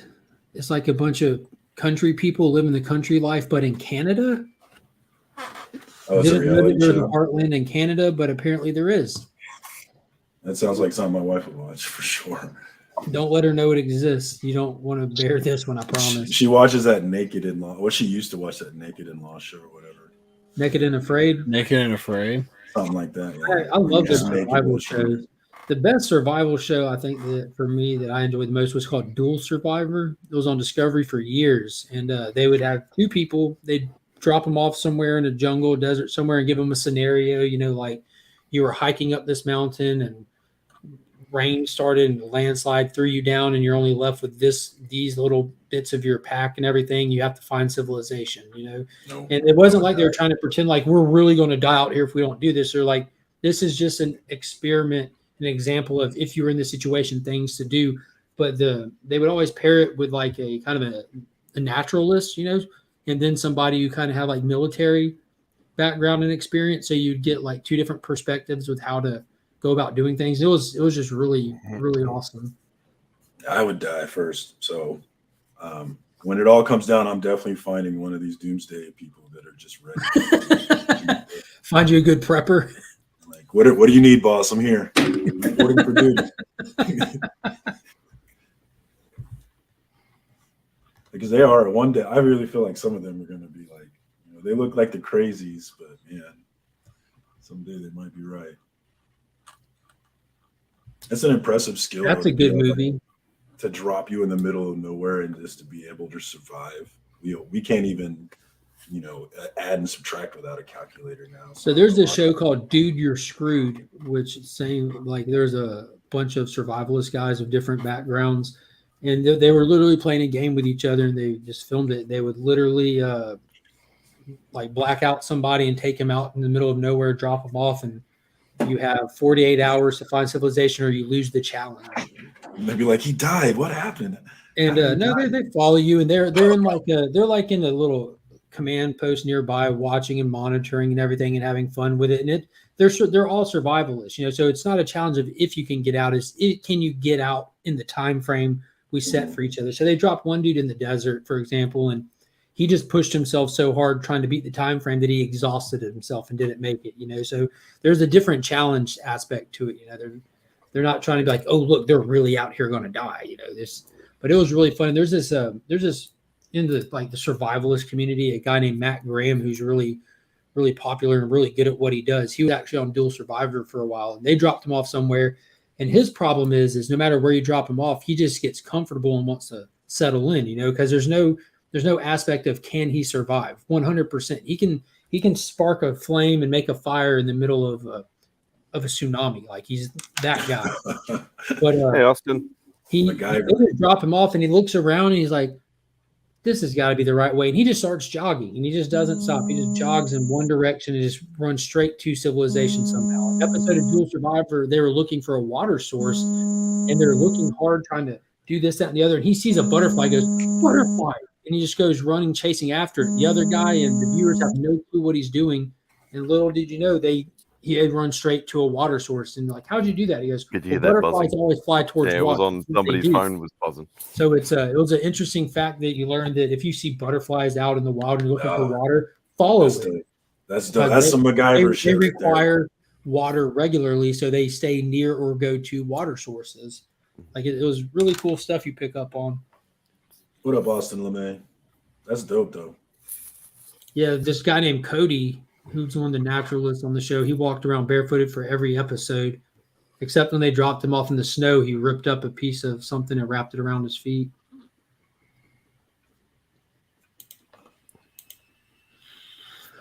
Mr. LeMay, how are you today? Now that you're here, we were talking about it earlier. Are you still looking to make it to Heroes Con? Nick is going. Jim and John are going. Pops and myself will be there. I think Remy is close by. Justin, are you going to Heroes? No, he'd be able to. Hey, Justin will be there. Remy's close by. I think he had mentioned that it's easily doable. He's for going. him. That's the one in Charlotte? Yes, sir. That would be dope. I'm excited. It's during the same weekend that Augusta has their. It's called the Joe Fest. It's Augusta Toy and Comic Show, and I don't know. It's not a bad little thing, but I'm like if I didn't live here, I would never travel to go to it. It's still like getting better every year kind of thing. And there's the guy who puts it on. His primary thing is toys. And, Austin's not going to make it. I'm going to hop off, guys. It's been good hanging out. See ya. Yeah, I'm not going to be going for too much longer. I've got a lot to do today myself. It's been a while since I had a day to catch up on everything. That just came in. Oh, wow. Oh, it's mispainted. Look at that.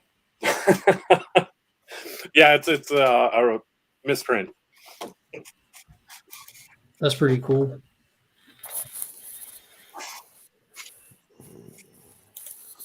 Looking at the background here, is that just all Star Wars now? No, I see Spider-Man back there. Yeah, it's what do I got? Spider-Man, Star Wars. There's some MCU. You can't see it because there's boxes in the way, but there's some turtle. I've got some turtles over there. I got some comic X-Men. It's just a mess. Just a mess. Do you have another room or anything where you have a lot of your stuff on display, or is it that pretty much it? No, it's all down here in the basement. So most of your stuff just has to stay stacked up and collected? Until I find time to unbox it, yes. Do you throw away all your boxes and just keep the figures? I do, except for like the higher end stuff. So like that Marvel Legend I just showed, I'm going to take it out of the box, throw the box away. For the Hot Toys, I keep those. What do you do with the extra hands and accessories? Can you throw the box away? I buy these little jewelry bags from Walmart. And I like write down on a Post-it note like what figure it's from, stick it, fold it up, stick it in there, and then just throw this in like a tote. Yeah. Perfect. Yeah, I do that with I've done that with a lot of Finn's toys. He's gotten a handful of McFarlane toys and some of the little Imaginext figures early on of Power Rangers and superheroes that come with little weapons and accessories that we just put in Ziplocs because he wasn't going to keep up with them, and we're not going to keep those things forever. Mm-hmm. Yeah, it also, yeah, like you said, if you ever decide to sell, then it makes it easier to find like, all the pieces. What's the best interaction you at a con with a creator? I've had heaps. There you have it. He's had heaps. Mine is with Mike Mignola. Have the little early access where you get to go in 30 minutes, an hour or something before the general public went in, and Mike had just sat down at his table, and I was walking by, and there was barely anyone in there, and started talking to him. So I was able to talk to him for like about 20 minutes uninterrupted, and it was cool. We just talked about a bunch of stuff, but that's when I found out that he had a cameo in the first Hellboy when he was talking about being in that and everything. It was really fun. It was really down to earth. I remember probably one of my favorite ones was probably with Esad Rubik or Rivik, whichever way you want to pronounce his surname. Just hanging out, he was doing an art piece for me, and just chatting. He's like funny guy. He's just amazing to watch. Him actually, we just call him like a mad scientist because the way he does his watercolor stuff is just crazy, sort of. Yeah, as I said, mad scientist sort of stuff. But he would literally, like, I'd just be walking around the artist alley, and he would literally like flag me down and like point outside, and me and him would be going out for smokes, about every half hour, an hour. So yeah, no, it was fun.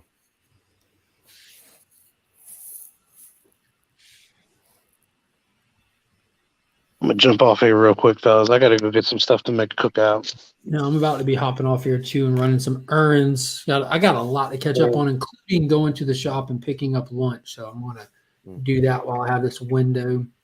But I do appreciate everyone hopping on. It's only about 3 hours, which is definitely short for Friday, but it's a good way to jump back in. And I don't know, might hop on and do something later this afternoon because it's right back to work tomorrow for a holiday weekend. So I miss people. Might do an afternoon hangout. We'll see. But until next time, everybody, we are Legion.